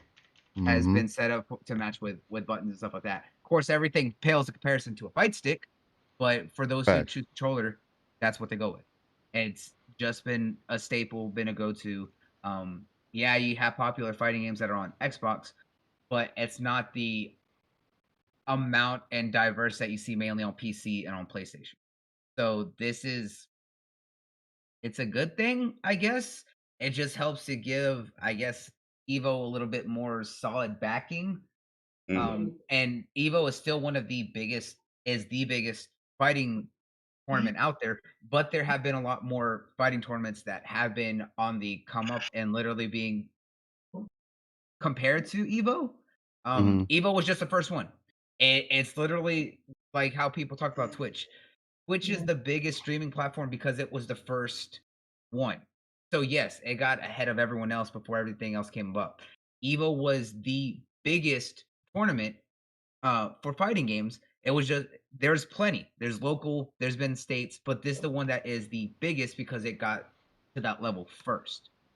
So the fact is, it's just giving them more. I don't know, gonna give them just more backing and just more stability because Evil's also had a few rocky years. You look, especially what happened this past year, with trying to do the tournaments online, and they weren't necessarily built for that. And a lot of these online networks, look at what happened with the PlayStation networks, kept getting disconnected and ruining online matches.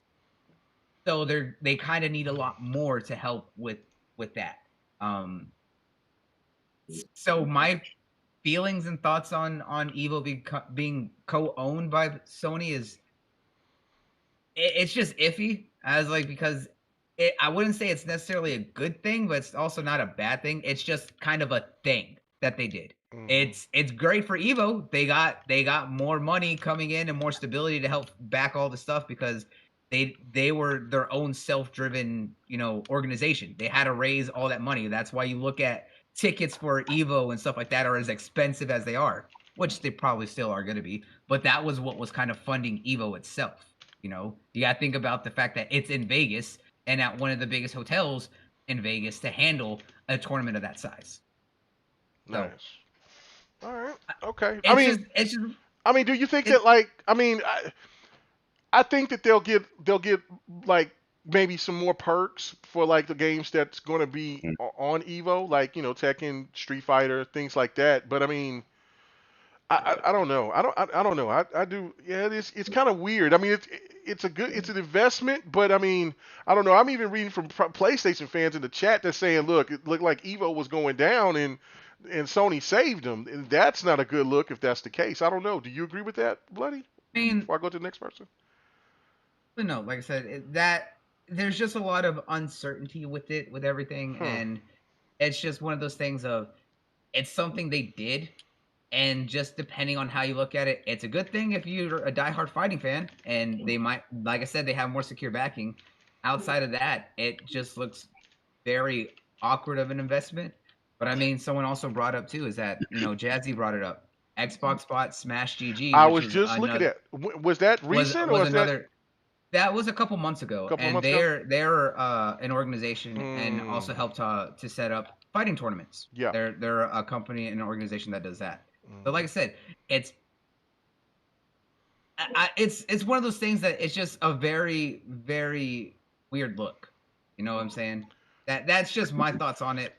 Yeah, this was in December of 2020. So yeah, like this, could this be like a kickback of I don't know. I just feel like if Nintendo's not going to have Smash on there, that's going to take a big hit. I don't know. What do you guys think? I don't know. I think Smash is probably the biggest draw. Bullshit, man. We're gonna stop this. We're gonna stop. Bloody is optimistic. I don't want to hit this. Okay. All right. Well, okay. Before. I wouldn't say I'm not necessarily optimistic. I'm just more neutral on it. Like Rain. I think I picked you first, right? Didn't I?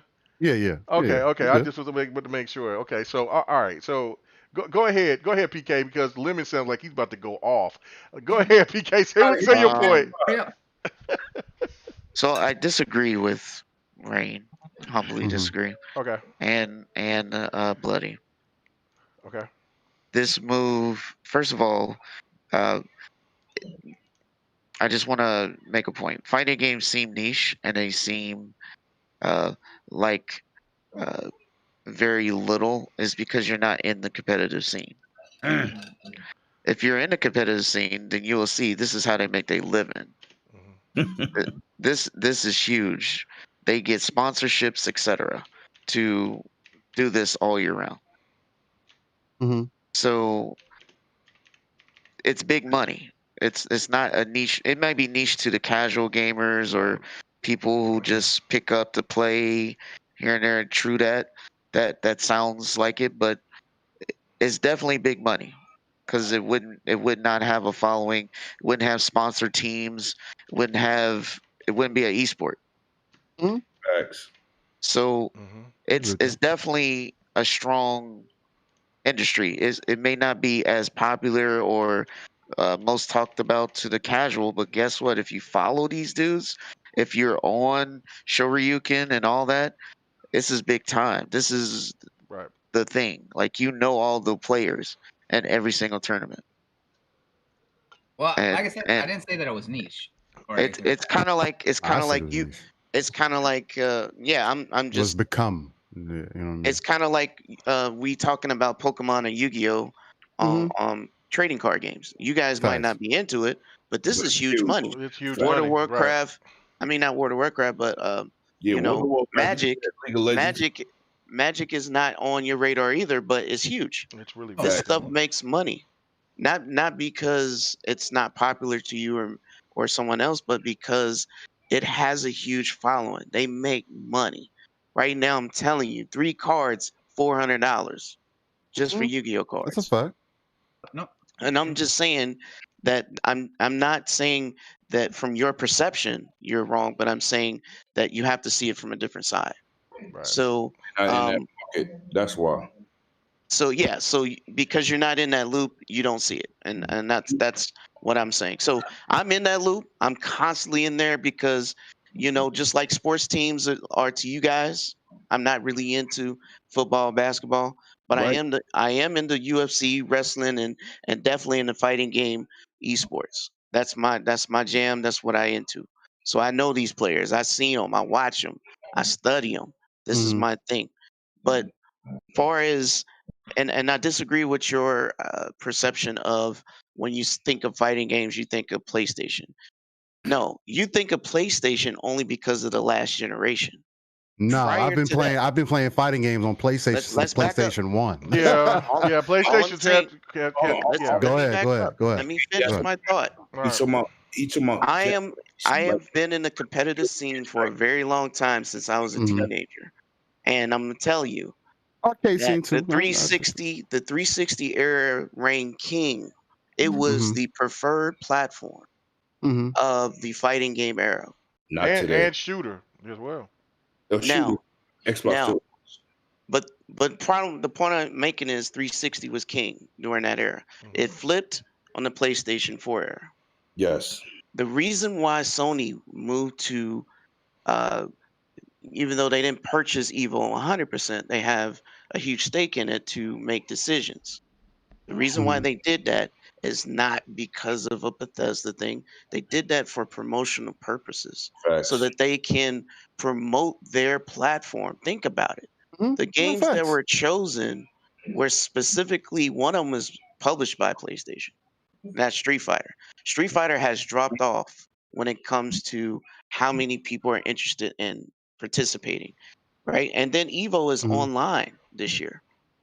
Remember last year before the huge I don't want to go there, but it was a huge F-bomb to everybody who was participating. Yeah, all that stuff that was The going on. online games that were chosen was not Japanese. They were all American, including Killer Instinct, Mortal Kombat, Skullgirls, and Fighting Herds, right?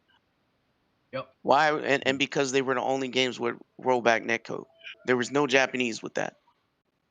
So their move is for promotions and deals with uh, it's kind of like when you have a TV going and you watch commercials. Those are sponsors that pay for these events, and they also make deals with promoting your product. So if they make deals with the people who are sponsoring the teams that go to these, evils like the Super Bowl, they're Mhm. going to promote PlayStation on their brand. That's a win for them because that's marketing. This is part of their move, is not necessarily to kick Nintendo out, because as far as is concerned, um, they don't have the decision to say this can't participate. They just have the decision to say this is going to be a chosen thing. So it's not, Nintendo isn't kicked out. And they clearly said that all platforms is welcome here. But just to answer the Nintendo side, first of all, Nintendo has always treated the Smash community with a long arm. Okay, Mhm. this is not a That's a Nintendo thing. fact. The Smash community is a movement on its own, Mhm. and Nintendo definitely, after last year, definitely is trying to be careful on who they affiliate with in the Right. Smash community. Yeah. So this is not a Nintendo thing. It's really the Smash community on its own. Yeah, we never got a chance to really talk about that. I mean, we're not going to get into it, but I mean, that was pretty damn wild. I mean, But yeah, so that was last wild what 2020 was just a year we should have just skipped, right? It was happened. just That was a bad year bad. altogether. Yeah. Yes, But it was. but in general, this is a marketing move, and it's a smart one, because no matter there's lots of tournaments that go on, lots of events that go on and held all over the place, Mhm. and just like any other place, Evo was always synonymous with, and Evo US and Evo Japan was always synonymous with, like, it's the Super Bowl. It's the time for Mhm. everyone to get together who has moved up in the ranks. They're ready to come and play. Now anybody can participate, but if you're high up in ranks, you're gonna get first seats. So that's just how it works. But point I'm making is that is a big move for them on a marketing scene. That doesn't mean that if there's a new Killer Instinct, it won't show up. It just depends, right? It depends on how many people gravitate to them. Are there tournaments? Are they doing well? That's what it's going to depend on. Street Fighter, even though a lot of people dropped off, is still consistent, but it's published by Sony. So they're going to always keep it there until the next one. They may be multi-plat. Smash, again, that's not a Nintendo thing. Do they like? Yes, because it brings them money. It's sponsored. It gets commercials, etc. But they treat that like it's a stepchild. Trust me, they're not that invested. See, I have a deeper question, and I feel like it's going to cause smoke, because how does Evo make its money to function as a Just like any other do sponsorship, right? just Okay. like any other tournament. So could Evo have been acquired by Sony to keep Evo alive? To go into partnership to keep Evo alive? The only reason I say that is because I can't find what Evo's net worth is, right? I can't find what their worth is, or if somebody wanted to buy it, whatever the case might be. So it's one of those things you got to invest in, right? From 96 to 2020, because I can't find any other recent data, the prize money awarded for Evo out of 172 tournaments has almost been $1.8 million, which is, I mean, that's some bread, but it's not. That's some. That doesn't come. It doesn't come across to me like it's functioning on its own. Yeah, it's not like a mad It tournament needs money. a backing, Yeah. and it's cool to have like on the side, but I just don't. I get what you're saying. That yes, it's So I'm not fully invested. Evo is one tournament. It's not every tournament that they do. Right. No, I understand, but we're just talking about Evo with Sony. So they're typically, you're going there. It's like if you show up, just being in the playoffs gets you bonuses. Right. Okay. So you don't have to win. You just got to be in the top. I don't know about, because I've never been in Evo before, but I do know because of what my son was doing when he was doing the MLG stuff. and Wait, and he wasn't even like big time like that. He was, but there were those Call of Duty tournaments just for them getting into a certain spot. They were walking out with Yeah, 10 grand. you just got to get in the top cut. Yeah, in the top, Yeah, from different tournaments and shit, yeah. No, that's what I'm saying. Like, so And it you is get weird. points and you move up. Right, and and you see, move the up, thing and he is, kept moving when up, you're and he in the kept traveling and ladders, going other places. Yeah, you that was get crazy. you get better seated and you get more money. And you get more sponsorships. It just keeps going. It's like a snowball effect. Right, like so So it's mostly the so sponsorships and the Evo pot money. the promotion of Evo by itself was growing, but because of last year it took a huge hit. 2019 was huge for Evo. So it was, but so basically, so Rain and then Jay in the chat, they're basically right. Sony is basically saving Evo from basically the situation that's going on because from all the bad publicity that they got last year, because the main guy was behind was one of the people that was doing this show. There was other players that was Smash doing community themselves. yeah, the Smash community was on some wild shit, but that was the head of Evo that was doing some wild shit, and like, man, I don't want to get into full energy. Just go look it up. It's really crazy, but yeah, no, I mean, look, I'm kind of like looking at it from that standpoint too. I mean, I understand how much you affected by it, PK, because you participate and you play these games on a higher level. But I mean, it does look like Sony is pretty much saving them because of the bad year last year, and then just because of publicity, there might be sponsors that just don't want to touch it right now because of that. It's the whole angle that I'm kind of coming from. I'm not trying to attack it. You know what I mean? They're not doing it for just because they're trying to be. No.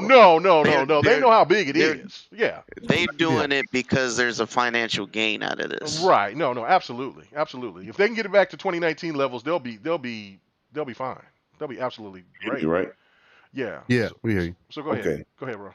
I'll shut this bullshit down real quick. Okay. Sony looked at a situation that wasn't financially a commitment, right?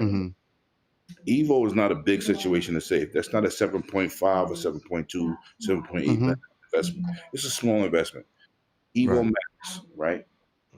Right. And they are looking to make money on any platform that they can make.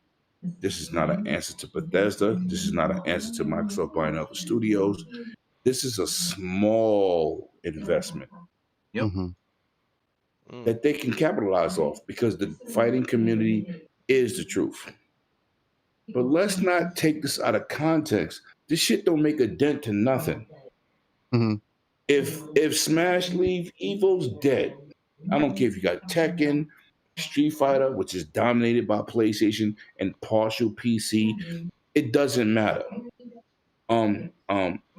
King of Fighters ain't out yet. They got Guilty Gear Strikers. It's not out yet. King of Fighters 15 is not out yet.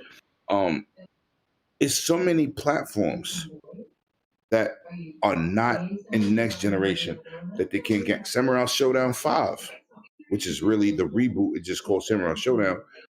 They're not in it. This is a situation. Sony said, you know what? We can buy this and just get a couple dollars from it. This is not a blockbuster deal. This is definitely over-exaggerated. This is a situation that's not epic to the industry. Right. We talking about two owners of Evo. They don't own it. They just have a stake in it. That's everything he's saying is right. It's like this is nothing to be tripping over because they know they can't lose Smash. It's too big. Right. It's too big. This is nothing detrimental to the gaming community as of Microsoft buying ZeniMax. It's not even in the same category. And if this is the best they can do to combat what happened, Sony is looking to make a buck. They want to invest a little bit and make a lot. They in that position. This is not even relevant. I know it's a subject we need to talk about it, but let's just sum it up here. This shit is not that important. It's just not. And see, but that's why because I love fighting games. But there's and I would love to watch people play fighting games, but I feel like there's a reason over the decades why it's not on mainstream. Because again, back in the days, it was an event to watch people fight. To watch two people of a high caliber level, like people that play at Evo, get at it on each other. Well, that's because the Western because go ahead. Go ahead. No, go ahead. Go ahead, finish. I was just saying, it's just like the attention for it. It just kind of it's not as relevant as it used to be. I'm not like I want to say sorry, not sorry on that. Like unfortunately, yeah, people get paid off of it. Yeah, people get sponsored because dude, you got to train for that shit and be nice at it, and you do different tournaments. It's just like Evo should be bigger than what it is. It not being able to sustain itself is a problem. So, I mean, after all this time, you've been doing it since '96, and you can't sustain yourself, and you're supposed to be the biggest overall platform. It's not about the angle that I'm coming from. Yeah, but I get. You know what I'm saying? That's all I'm It's saying. not that they can't sustain themselves. But no, hold on. Let me make this point. Hey, we need to wrap this up. No, that's a fact. That's a fact. Okay, I know, but hold on. But this is the thing right here is that don't use my legal name like that. Is that when you my bad, bro. When you break it down, Evo can sustain itself. They make money. They're big. They're huge. It's just I think the biggest problem is that out here we're in the West. The biggest games out there is from the East. And I think that's the biggest thing. If there was a Killer Instinct or Mortal Kombat that was at the top ticket, or Dead or Alive, but even though huge franchise. But see, Dead or Alive is still an Eastern game, but a lot of people kind of look at it as a Western type of game. It's the style. Because of this fighting style about it. They Tekken. Well, they play Tekken comes too. Across like they. It comes across that they don't take it serious enough, though. Well, why don't you put it on a bigger stage? Well, because it is on the bigger stage. Evo is the big stage. It's getting bigger and bigger and bigger. If you see those events, they're jam packed with people. They were at one time just in like a conference room. Now they're in a big ass stadium. They are literally huge. In the VGA. Yeah. One of my favorite fighters, Sonic Fox, got the award for the best esports player. This man won both the Mortal Kombat and the Dragon Ball Fighters in the same tournament. Snap. Never done before. This is a big deal. Go ahead. No, I just wanted to make that point, was that it's huge because from what I remember, from what I understand from last or 2 years ago, that they were supposed to be making a huge epicenter out there in Texas somewhere. I think it's supposed to be in San Antonio or something like that, or somewhere around there in Texas, where they're making this big epicenter of just only dedicated to just Evo-esque, online shooters, just a big mecha center.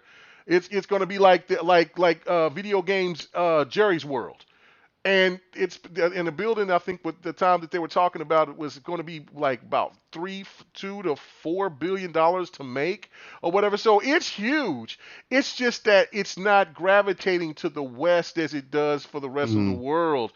And I think that's where you're making your point of like, it seems niche. And when other people talk about fighters, who cares about fighters anymore? It's because a lot of people don't see the stuff. But if you say Killer Instinct, and if Killer Instinct that's one reason why I want Killer certain Instinct to names come back. Off, but it pops off, and it'll start getting people from the West to start taking it more seriously, I think, in my opinion. But I mean, I still stress the point that I play Yu-Gi-Oh regularly. I used to compete. I was a national the actual champion. card game. Yes. Okay. I play it. And right now they're doing remote duels. And what I mean is they have to set up your camera and actually play remotely because of the pandemic. But that it makes money. You might not know how big Yu-Gi-Oh is, but Yu-Gi-Oh is huge. It has anime. It always has anime. It has a big following, big money all the time, to the point where Konami publishes their own cards here in America, which they used to didn't do. My thing is, you may not have, and I'm not. This ain't a knock towards you. I'm just trying to say that because you're not in. It's because you're not in the circle. You don't see it like that. But I'm telling you, Yu-Gi-Oh on Xbox is such a ridiculous just It's on big. Xbox. Not even Huge. people playing it in real life. It's just No, yeah, on Xbox. just Retarded. in general, it has such a huge following, but you don't see it all the time because that's not the circle that's typically broadcast. You don't see commercials. You don't see. But trust me when I tell you, that doesn't mean it's not popping. Because you don't see Pokemon trading card game commercials, don't mean that's not making money. Because I don't know if you know, but McDonald's had to shut some stuff down because of the Pokemon. Facts. People making money, flipping. You know, Facts.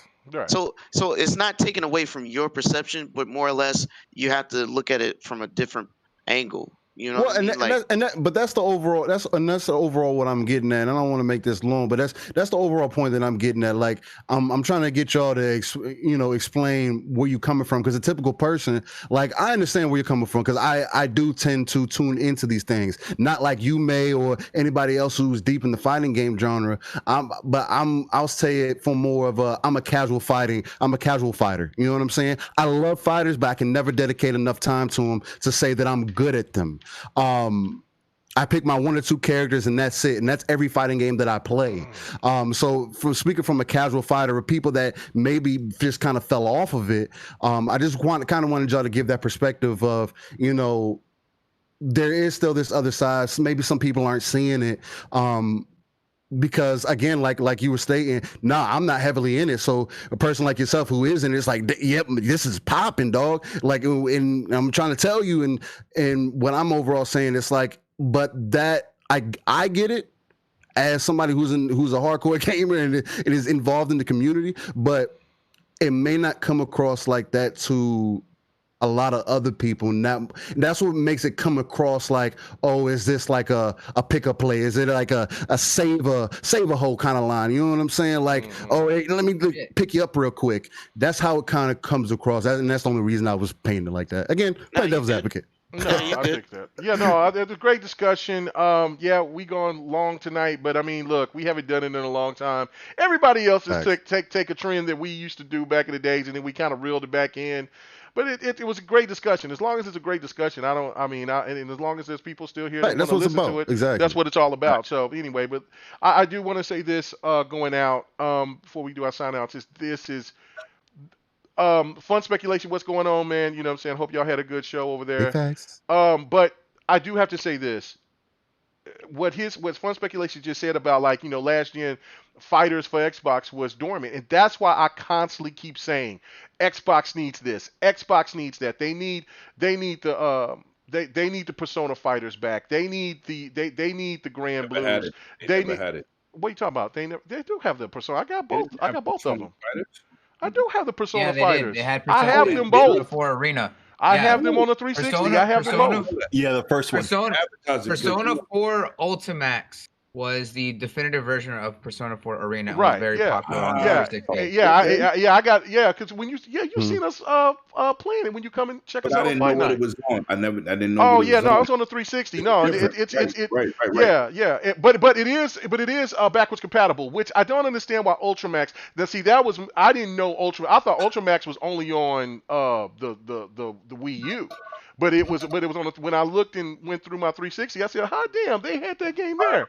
So I don't know, but anyway, but that's just the whole point of that's fun speculation that Lemon is making, that Rain is making, is that it's Xbox last gen was awful. They had one of the best fighters last gen, hands down, with Killer Instinct. But that's 10 all. million, over 10 million plus. Well, yeah, but it just beyond sales. They had the rollback net code. They had all of that. They had variety. They had a really solid fighter. And Xbox it makes no sense for Xbox to have Blaze Blue. You have extended, but then yet you don't have Central Fiction. That just don't make any sense. Matter of fact, Blaze Blue debuted it on Xbox, right? Like that. Like I had it with the 360 and everything. It's backwards compat, but I'm just kind of like, and I know that it takes time to get these relationships and things to go, but damn it, they let it go. But but at least we know the King of the Fighters is going to come. That's a good look, but I'm still salty about Guilty Gear Strive not coming to Xbox. That shit's pissing me off. But hopefully, maybe it's a timed exclusive or something. I'm getting it on PC. And then I'm going to gift it out to somebody. I want people to get that shit. Either way, we got options. You know, multiple things. But I want that shit on Xbox. I'm on the Xbox too, because that's my community at. But you know what? Yo, I watched. Shout out to Maximilian. He's been doing that in King of Fighters 15, and I'm like, is this coming to Xbox? He was like, nah. I said, bro, I'm just gonna buy on my PlayStation. Who said it wasn't coming? Who said it wasn't coming to? Who said it wasn't coming? I said he said that. Who said that? Maximilian. Oh, I don't know. When they upset there, and they said it when they had it slated for them all three. I asked the question. That's what was the answer I got. I didn't say that was me saying it, because if I said it, I would say I know what it is, and this is the facts. I did not say that. I said I was told. I gave you the source. I didn't hold back. I gave you the source, and I'm telling you, this is what I was told. So I'm buying Strikers and King of Fighters 15 on PlayStation, or you could buy it on your PC. I just said what I was told. You mean Strive? Strive, yeah. Right. I didn't say that's what I said. I said that's what. Well, no, I know Strive is not, but anyway, so. You know what I'm saying? Okay, I'm giving you my source. I ain't like these other dudes who say, well, I know it's not doing this. I'm just telling you what I was told. Okay. All right, So I don't want nobody in this chat or podcast to say, well, Lemon said, because I did not say that. I said I was told. So I said, I have a PS5. I don't care. I'm going to buy it. Yeah, just like I bought Final Fantasy 7. But see, that's the whole point, though. If they want the Western market to start being more serious about fighters like it used to be. They're gonna have to put them on. They're gonna have to put them on a Western console. That's just it. You know what I'm saying? I mean, and that's can't support one platform and then want people to cross over and buy. Spend $500 and spend $60, or $70, whatever you charge for it. Yeah, I'm not doing. Yeah. I'll do that for the games that I really like. But I mean, that shit is expensive, and most people aren't going to do it. It is expensive. And my boy Core said, Blaze Blue tag battle, which that's a great game. I got that on PlayStation and I got that on favorite PC. Street Fighter is on PS2. Street Fighter Tag. Tekken Tag. No, Tekken Tag. Excuse me. You said Street Fighter. Remember, I told you Tekken Tag works for me. Hands down. Tekken 7 is trash. Wrap it. We got to get out of here. Bloody, where can they find you at, brother? You can find him at the ejecto seat, cuz. Where can they find you at, Bloody? I don't dragging it out. God damn it. We already drug this out. All right, go ahead, Bloody. Where can they find you at? Again, don't make me drop your Did he just call him Jesus? Yeah, he did. That's like the third time. Hey, man, I would have already dropped it. I mean, you know what I'm saying? He keeps throwing that slander. Up on me, man. Hey, man, you gotta stop doing that. You being a little messy tonight. You can't. I'm always messy. I know, but you being a little extra. I'm buying 100 ain't here. I gotta do a little bit of both. Oh, okay. Well, are you gonna do that on your show tomorrow? Okay. All right. Bloody. No. Shut your mouth. Shut your mouth. You be quiet. We already know what that is. Hey, Bloody. That's a nice special guest next weekend, though. Okay. Bloody. Where can they find you at, brother? Man, they can find me all over the place. They can find me on Twitter, Instagram, Facebook, Twitch, and over on Glimish TV, all at Bloody Nuts, BLOODIEKNUX, where they can find me streaming 5 times a week. Hopefully everyone's doing good. I was like, I will be on YouTube and getting the Smash Podcast back up soon. Yeah, bro. Satan rings and a thong. Pay attention. You damn right. All right. At least I pull it off. Hey, wow. They can find me all over. And of course, if y'all want to see some of the best articles out there, make sure y'all check out my family over at Level 1 Gaming, where I actually write articles as well. If you want some of the best news, make sure you check it out. Level 1 Gaming, yes, go check it out. Hey, Blood, you can give me that link to that so I can go post that out. Or whenever you do an article, I can go ahead and I can post that in the community spot. All right, man. So let's get to it. Rain. What's up, man? Another hot show, man. You gave some great points. You know what I'm saying? I thought, you know what I'm saying? I should have brought the Evo stuff up beforehand. I was going to make that the first topic, but nigga, just another light-skinned dude repping the gaming community. You know, you be talking around everything. Say what it is. Another light-skinned brother showing up like Steph Curry in the fourth quarter. Facts. Man. Wow. I know that's wild. But where can they find you at, brother? Steph Curry. If we get any lighter, we're gonna be white. Hey man, look here, man. Hey man, he did say he said like mayonnaise, but go ahead, man. You fool. Like, y'all bugging. You bugging now. No, but I think I finally got it down packed, man. Look, from now on, I'm saying it just like this. Every Friday, 8 p.m. Central, check me out, GRG, baby. We doing it live. I'm coming live, raw and uncut every Friday. Anyway, I do it every day anyway, so it is what it is. Again, KMEGA, Lemon, Bloody, PK, I'm gonna catch you on that Guilty Gear Strive. You already know what it is. I hope your PC is gonna be updated and ready to go. Hey man, my PC's hot. You see him? He's probably even though PK probably gonna put me to sleep over this slander tonight. He gonna make sure he gonna put me to sleep in that Guilty Gear. But sick man again. Oh. You stupid. But say another great night again, gentlemen. Appreciate y'all for just welcoming the rain into the realm of the GRG, man. And again, y'all have a good night, man. No doubt, brother. Really appreciate it. All right, and then we move to Slayer. I know Slayer, man. You ain't big into fighters, man, so you was kind of missing out. But you know, no, that's not exactly true. I guess I'm having a down couple years when it comes to fighters. I'm up and down when it comes to fighters. We need to grab them sticks and get ready to battle, man. Come on to that fight night. Let's do it. Man. Anyway, all right. Where can they find you at, brother? Yeah, well, you know, you can find me everywhere great games are played. You can find me all over that social media. You know how the name is spelled by now. So you can definitely find me every Friday, 9 p.m. Eastern, right here on GRG, and every Saturday night streaming live from New York on that 108 Dragons TV, Dragons Den podcast. Come check us out. First of all, let me say for the record, this dude think he's saying that live. I'm gonna let you run with that, bro. People like, yo, from New York Saturday night. I'm like, you know what? That's already been taken. You got to get an original line. I said streaming live. I think I had that one little word. I get that excuse, but yeah, I'm gonna come up with something. Motherfucking Disney old intros. That's real smart. No doubt. All right, and then PK Live, man, great discussion, good points on the Evo. Couldn't wait to pick your brain and listen to your thoughts about that, man. So you're supposed to say the most electrifying light-skinned guy on the block. That's right. You can say that on your podcast. I got another. Man, listen. On everybody's podcast. Yeah. But he said that when he did the intros. If you came here on time, you would have known that. But anyway, go ahead, PK. I'm gonna do the things my girl do. Facts. You damn right I won't. Yeah. So you know, every Friday we might kick you in the nuts instead of on GRG. Goddamn Mike. Go ahead, man. I said we cutting up here every day, every Friday here on GRG, and definitely see me on the Dragons Den tomorrow. Oh yeah, and definitely we got a good interview on Four Guys' Quarters. We got Emily Zeller from the waifu Pan Am. She's coming through. That's your wifey. That's my wifey. What you talking about? Hey, check this out. Let me tell you. We did Steve Downs, right? I did a shout out to KMEGA and I asked him about Locke. Yeah. I don't know if you seen it, KMEGA, but I asked him. Yeah.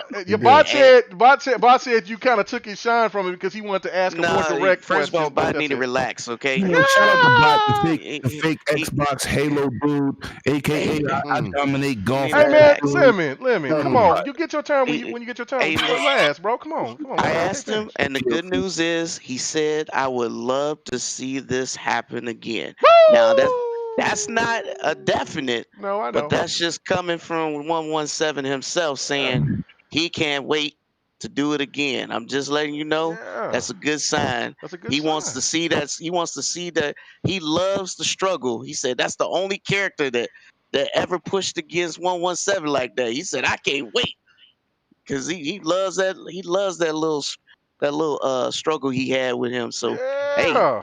Yeah, and Locke saved his life. Locke saved his petty ass you life. Never know. Him and Blue Team. He's coming back. I told you. Hey, listen. Hold on. Let me just tell you this right now. You know what I'm saying? Shout out. Don't make me play that clip again out there at E3 from Kiki. You know what I'm saying? Because, you know what I'm saying, hashtag save Locke. You know what I'm saying? I'll post it and I'll play it a million damn times. I have it just on the gameplay. And the one from Madden. But anyway, okay, so okay. Anyways, yes, we're definitely fantastic. No, go ahead, finish. I'm sorry, I just said fantastic. That was great telling me because I need to go check it out. His mic died. Oh, okay. All right. Damn, because it just got quiet. I was like, damn, All right, so without that goddamn gain as it is. All right, so now we go into the mouth of the East. You know what I'm saying? You know what I'm saying? This man had all types of slander tonight. You know what I'm saying? He talked about my walking style. He talked about ankle you know what I'm saying? That's all right. You know what I'm saying? Talking about the bloody Jesus. I saw them fat ass ankles of yours, but I'm gonna keep it moving. But go ahead. Yeah, you know what I'm saying? Oh, I eat that. I eat that, Bruce Leroy. Come on, because I'm about to say it. I was about to say it, but I'm not. Anyway, go ahead. Go ahead, 108. Let everybody know about everybody that came through, man. I'm sorry I was late tonight. You know, my girl promised to do some special things, so I didn't show up on time. But anyway, see you every Friday, GRG, 9 o'clock Eastern Standard Time. Tomorrow, Dragons Den Podcast. We got some other topics to talk about, and you know what we do, man. We support each other, and my team ILPs, the clowns, the Megatrons. You already know how we do in the building, man. But it's good that everybody came out and support this. Y'all guys listen to me. Glorious team that we put together, man. And everybody speak from their heart, man. That's what we do. Thank y'all for coming out. No doubt. Hey, friendly neighborhood blue shell. He says #save thrust. You damn right. I love the power boost, man. I'm telling you. After the turn. Oh, and shout out to Boom and to Boom and them. They beat us in the tournament and they moved on. So I wish them luck. We was in the chat earlier. First of all, you're supposed to recruit me for Halo. I was, and you said that you didn't want to play it because you didn't like playing the old controls. Yeah. Okay, so let's not be slick. Let's not be slick. Okay, so that Halo 5. Let's go. So Halo 5. But anyway, no, you know what I'm saying. I think I had a decent showing. You know what I'm saying. I stayed in the positive for the most part. You know what I'm saying? I was never in last place, and so I did my thing. So you know what the Xbox do? You know what I'm saying? Shout out to Xbox, you know what I'm saying? 448 out there, in the building, the foundation of the crew. You know what I'm saying? He was at the basement, but he was holding it down. The bottom of the dwellers. Stop it. Leave my brother alone, man. He was working hard, man. He was working hard. Good, golf shots, 48-foot putt today. Let's go. Hey, if there's a golf tournament, hey, I'm gonna go running the bot. Like, hey, bro, I need you to be on my team. You gotta go against them. I know. I'd rather go against them, but I'm just saying, if there's a tournament, I know bot because bot played the shit out of golf. But anyway, he do. But thank you so much, guys. We're about to get out of here. I do want to say. We're almost approaching the 200th episode here. We're in about maybe a month and a half from now, but I'm already getting started by doing some things that I've been promising people who's been listening and been asking me for a long time. So here pretty soon you'll start seeing GRG on Spotify, on what are all the name of the places I named? iTunes, you said, I think. Well, no, iTunes I'm having a problem with, but I'm gonna get that fixed. But SoundCloud, we need to bring back iHeartRadio. That people be stealing. What? Fails of the week.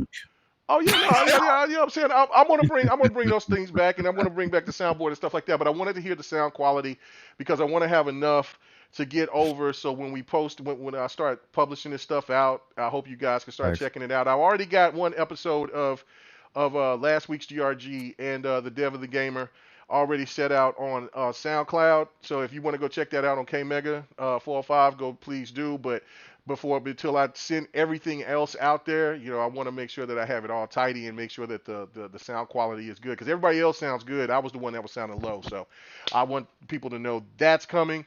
And then I got some other news that's going to be coming too as well. So and then we'll still be bringing guests and stuff on. I just want the crew to do their thing and keep it pushing. So everybody have a good one.